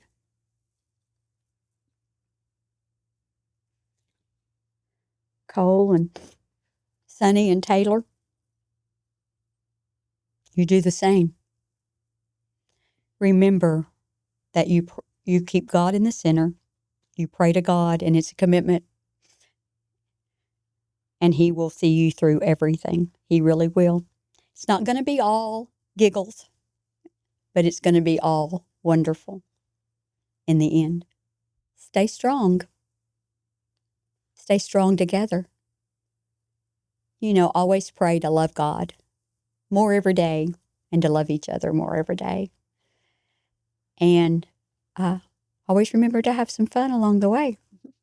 Don't get too busy that you don't, okay? Yeah. Don't get too busy. Mom, Sonni and I need a favor. So does Christy. Okay. And it's with Dad. Okay. And I want you to take just a moment to talk in that camera as if it's him. And it's not going to be easy. The grandkids, of course, need that too, because their grandfather means the world to them. They make him laugh. He makes them laugh. And the stories I keep hearing make me laugh. But when the news broke a few weeks ago, emotions are really heavy. And Dad, as you had alluded to earlier, is angry, points to IU. And as days unfold and the future unfolds, I think just a message from your heart to his will go a long way to give him hope, to make sure that he continues to move forward, to make sure that he looks at life from his own positive lens, like Dad knows how. Oh. But you are his soulmate. No, he's mine. There's no doubt. Do you want me to do that now? Go for it. Okay. There's no doubt, Dee, that God put me in your path and He put you in mine. Oh, yeah. We've climbed some hills and we've had some hard moments. We've seen the world. We've got great friends and along the way. But I want to tell you, thank you. Thank you for loving me, for loving our kids, my family, your family. Thank you. And to speak on that for a moment, I have another side of the family, which is Dad's. And before I finish with Dad, I want to say a moment to that. Okay? And that's to Rhonda and Brett and the girls, Leslie, Sarah, and Amanda. To Ricky, Lynn, and Austin and Courtney. Aunt Deanne, of course, we have lost. But Laird, Garrett, to you and Amber and the kids. I love you all. I love you too with all my heart. Y'all have always, always embraced me from day one and loved me. And I'm very grateful and thankful for that. And we've had a lot of fun together. We really, really have. You know, Ronnie, you've been like a sister in a lot of ways over the years. And you know, for that I've been gifted. And I want you to know that I love all of y'all with all my heart. So that brings me back to Dad. He loves his brothers and he loves time with them. So y'all remember that. Okay. And, the distance keeps him and Rick apart, but because he lives in Florida, but Britt's here and he and Britt spend some time together, which is a blessing. And Britt's always been wonderful brother-in-law and Rick too. But anyway, Dee, God put us in each other's paths. And Bud, we've done a lot. You know that. We've done a whole lot. We've seen hard times. We've seen fabulous times. We've seen simple times and easier times and all the above. We've seen it all. You're strong. You're a man of character. You're a man of courage. You've got this. These grandchildren, from top to bottom, absolutely love you and need you and depend on you. And you know what? What do we always say, Dee? Only God knows in the end anyway. And so we're going to take today and we're going to live today and we're going to deal with today is what we're going to do. And never doubt he's going to give us the grace to see us through each day. We may not like some of it, but that's okay. Isn't that what we always say? And even though I've become more of a worrywart than I used to be, which drives you nuts, but that's okay. I got to have something to drive you nuts, because, your honey buns drive me nuts. But, type things. But that's okay. We can get it, We went yesterday afternoon and got a dip cone. That's one of mine and Dad's favorite things to do. But I make us get a kitty dip cone. He doesn't want a kitty dip cone, no, does he? He told me after we were done, he said, we have to get a bigger one next time we go because we both eat it. I said, that's plenty. Admit it. But he stays, you keep staying busy, Dee. You are going and you're working out, which is fabulous. You go every day. That's great for the most part, unless you've got work or doctor's appointments or something like that. You're very, very intelligent and very smart. And you yourself have said, if I don't stay busy, Sharon, I don't know what I'm going to do. And I want to have something to do. So hence why he's always done a lot of things, which is good. He has been an incredible provider. You are an incredible provider, Dad. You are, Dee. For these 3 kids and for our grandkids, you have been there through top to bottom, thick to thin, in and out. And like Taylor says, don't get wise, bubble eyes, Cut you down. Yeah, I'll cut you down to peanut size. That's one of your favorites. You're funny. You're lots of fun. We have lots of fun. We've always had lots of fun. And it's really simple fun in a lot of ways. But it's fun. It's great. I want you to keep having fun. Always. I want to keep having fun. Always. So we got to keep on keeping on, Bud. And even though I know that the news we've gotten is not what we want to hear, only God knows, and it makes us mad. I know that. That's normal. But I also want you, Dee, to work through that and to understand that that's part of life. And we know that. And it is. I'm not saying it's a part we like very much at times, because we don't. But you've got a lot of family around you. And so do I. We both do. And so we're going to pull on that. That's what we're going to do. And like I've always said from day one, we got this. We can do what we got to do. And we've got this. And we're going to relish what we've had and what we have today and what we may have tomorrow. That's up to God. And I know what you tell me all the time. I can drive you nuts, but I know that I love you and I know you love me. And we have been blessed, buddy. Wow, have we been blessed. And I love you with my whole heart. You're my soulmate. You're my lobster. As they say on Friends. Mm. Yeah. Thanks, Mom. Thank you. You're welcome. Sonni, you have anything else you want to unpack with Mom? No, just... And Mom, you're more than welcome. If you get out of here and you say, hey, you know what? I want to come back and do some more. Okay, thank you. There's one thing I do want to do real quick before we wind up. This isn't a one and done. Yeah. Feel free to. With the kids, is with the talk to y'all and talk to the grandkids globally. But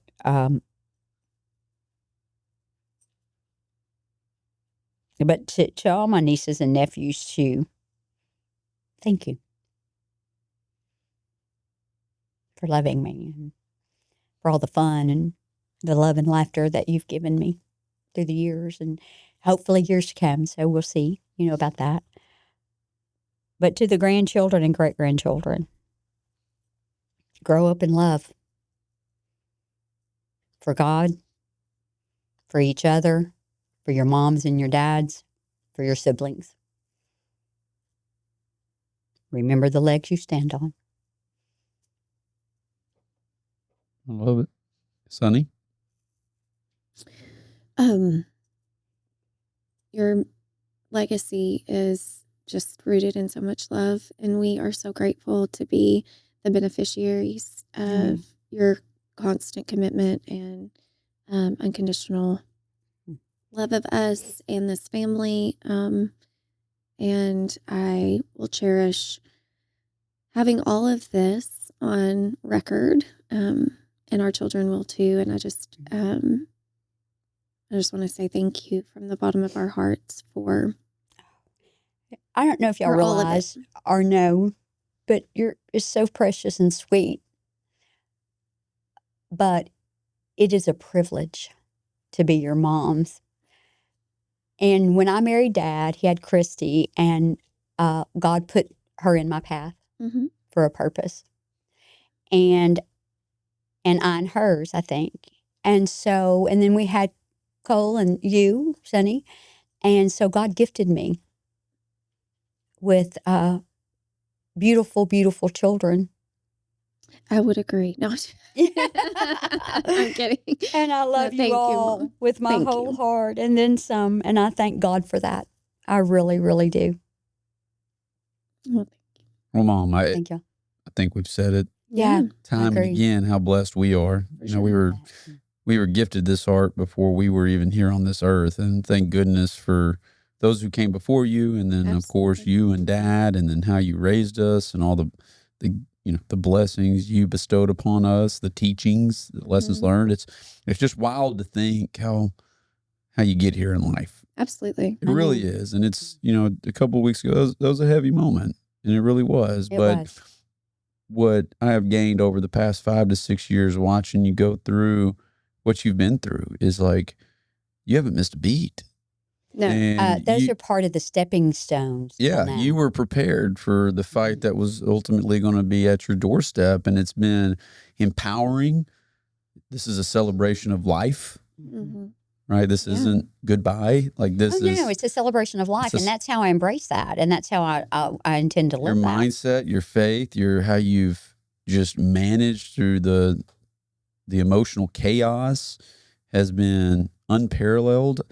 Well, that's very kind, son, but sometimes I feel like I fall short, Mom, but a little bit. But and I'm speaking from my heart to yours, Sonni speaking from her heart to you as well. But since you looked at the camera, let me look at you and tell you how important you are to me.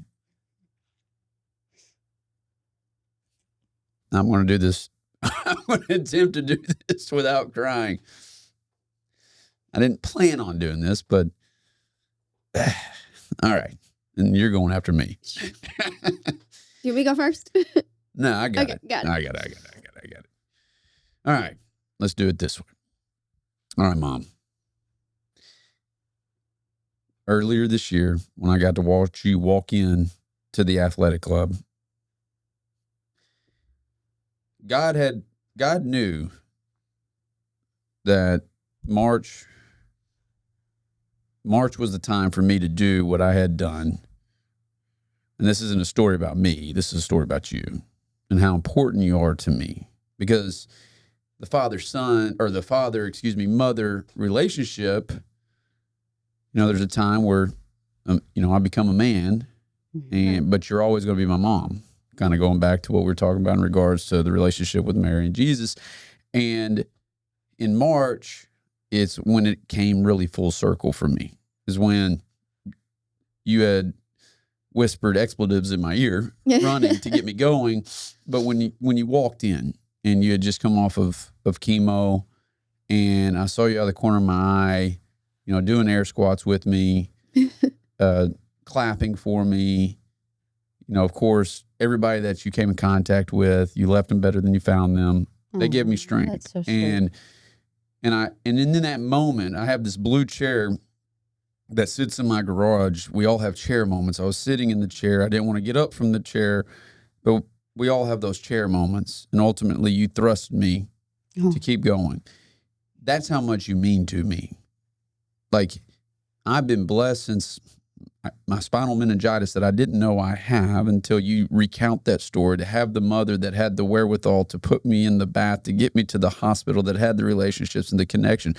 I've been blessed as a son to have a mother who would be willing to hold him lovingly accountable, show him what it really means to be a leader. I had a mother who would cook with her mother, who would also sit around the yellow table and laugh and play cards. Mm-hmm. Right? So fun. Mm-hmm. Making sure that everybody you came in contact with, little to big, doesn't matter who you were, you made them feel special. I saw that. Had a mother who would work her tail off at the hospital to come and give me a hamburger and french fries during lunch. A mother that would wrap me with her arms and love me, even during the most hardest times. I'll never forget, sophomore year, I got my ass kicked. And I remember walking upstairs, crying. And who was there? You. There's a lot of those stories. But I just want you to know how much I love you, how much you mean to me, how much you have bettered me. The reason why I have my ability, I'll reframe this. The reason why I have the gift that I have to have impact on others is because of you. Oh, son. And thank you. I'm very grateful, and I love you. I'm always that little boy. Always. Always will be. Always. And I just want you to know. Thank you. Know that I love you beyond measure. Those are words that I will treasure in my heart. They're carved in my heart. And thank you, son. But also thank you for being you, Cole, because you kids have excelled on your own. Yes, we may have planted seeds and given some basics. I pray we did, and we did, because you're a good man and a wonderful dad and husband. And I'm so grateful for that and so proud of you for that. I also think I get my fiery spirit from you too, in a lot of ways. All right, Sonni, you go for it. Mom, I don't think that there's anything more refining in life than becoming a mother. And it opens your eyes to things that sacrifices you can't possibly imagine until you've actually walked that path. And every day of my own personal journey, you have been my right hand, my guiding light, my consistent and constant beacon of hope, this endless well of love.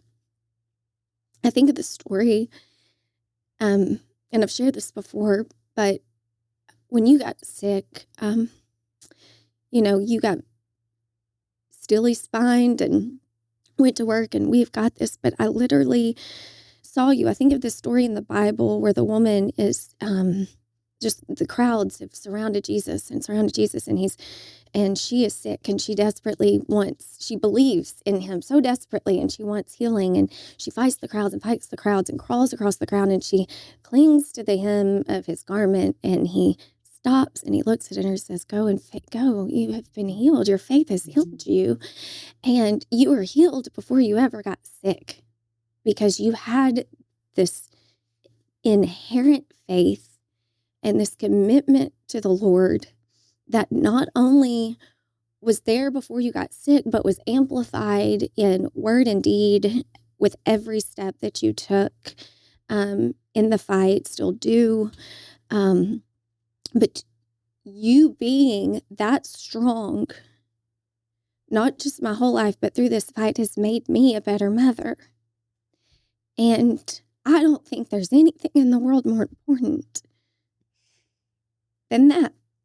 And you have been so close to perfect that I can't thank you enough for this constant and unconditional love that my children will reap the benefits of for generations to come. Their children will.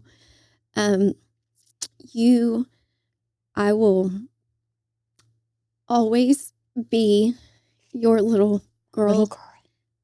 Just like Cole said, always be. And I will find out, and I won't ever have to know, because I know you will live so big. You will loom so large in our hearts and in our children's lives, and that legacy will loom so prominent. It will always be there. But I never want to think about life without you.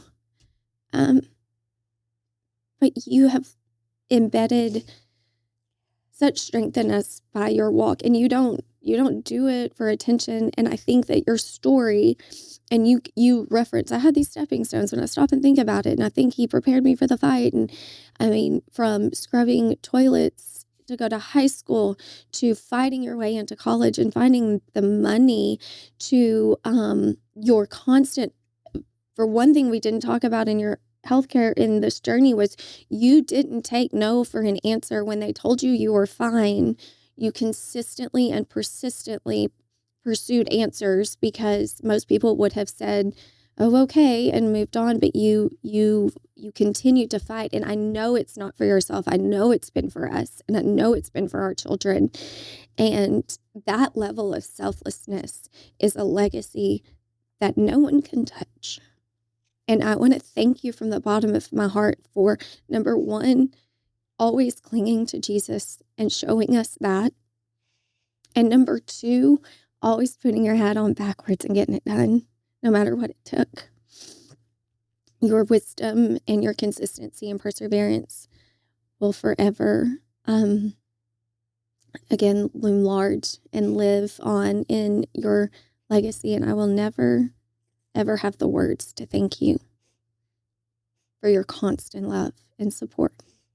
And I thought about this the other day. I sat in my car. I'll wrap it up here. I sat in my car because I was just about to get out, and Leanne Womack came on. I Hope You Dance. And that was the song you gave me when I graduated high school. And you would write me letters in college. I Hope You Dance.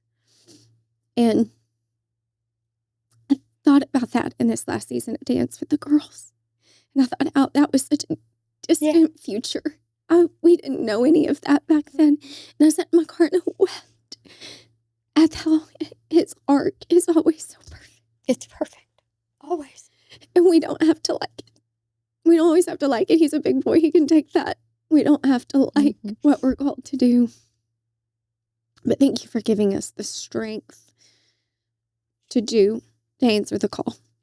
Thank you. I love you, Liz. I love you, Mom. I love you. That With my was, whole that was love you, beautiful. Colt, my whole heart. I love you, Liz, my whole heart. Well, I'm glad we did this, Mom. I am Me too. And I'm just so it gave proud me of a you thought. too, Liz. It gave me a thought that I think it would be pretty cool and pretty special if we did something up at Grandma's around the yellow table. That'd be fun. We can get to it if you want to arrange it. That would be fun. That would be fun. We can figure it out. But if you look, like I'd said, if you have more in your heart that you want to share, and you want to drive to Sherwood, you can. I may come back because there's just things that you think about. We can make it happen. And I do want to say, everybody, that I chronologically may have put other people at different spots or what have you. Doesn't matter, Mom. But forgive me if I did. That's life. Because that's. All when good. It all through blends this interview together. thing, Yeah. because I wanted.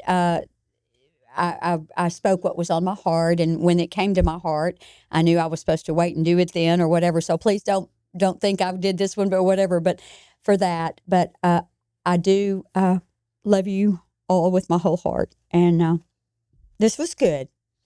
This was great, and I do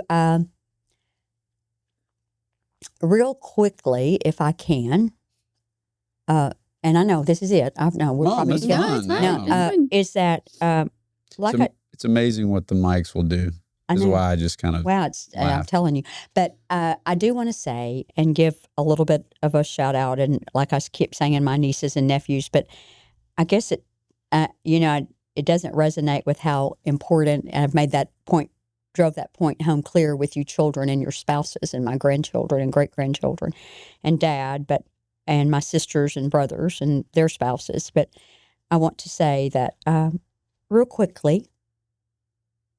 All of you have always been a light in my heart and will always be, and that goes out to from top to bottom, starting with Stacy, and that's how I always did things. Did y'all ever know that? Mm-hmm. Of course, we all have to do it that way. I have to do it that way to keep it straight, starting out with Stacy and Alan and Courtney and Paul and the 4 babies and Chad, his Taylor, and going on to, Tammy and Mark and Tina and Tony and Terry and Becky and Sherry and Danny and Greg and Mandy and Brianna and Andy and Alexa and Dwayne. I could go on. We're going to go through the whole list. I'm going to go through the whole thing, and all their sweet kids. They all have sweet kids, and they all have precious.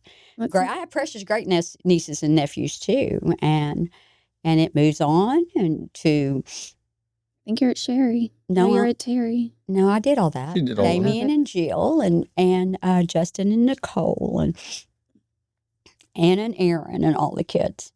And I think everybody knows, Mom, you love them with your whole heart. I know, but I just, they've all made an impact. And then, we're listening, Brittany and Landon and Greg and Michelle and all their kids and are special and precious. And, they're, just like and Brandy and Colin and Bart and Ashley and Kyle and Candace and David and all the kids. And we're going to circle back to our shining light of Cassidy because we can't leave her out. No, I'm not. I'm saving that. Oh, I'm saving that till last. Cass, Okay. you're the star. You're the star. You're always the star of the show. No, the I'm star of the saving show, that till sweetie. last, and I knew The that belle of because the ball. I need to make it a little. I want to give a special time there, but I wanted to get these other chronologically done, and then my own bunch, because after Bruce's death, we spent a lot of time with all my godchildren, and then there's Cass. And like I said earlier, please don't get me for chronologically doing things. I do them for a reason. But you know what, Cass? God so gifted us with you. You are, I think that, like Cole said one day, you see the world through beautiful eyes. You never have a bad day. You never have a bad day. Thank you for teaching us that. Thank you for loving us, sister. And yes, I'm I'm going to see that you get an endless supply. Mm-hmm. Yes. Scoop dog and ketchup and barbecue sauce and all those good things that go with it. You make my heart smile, sweet girl. I love you, Cass. Love you all. Love you, Mom. We love y'all too.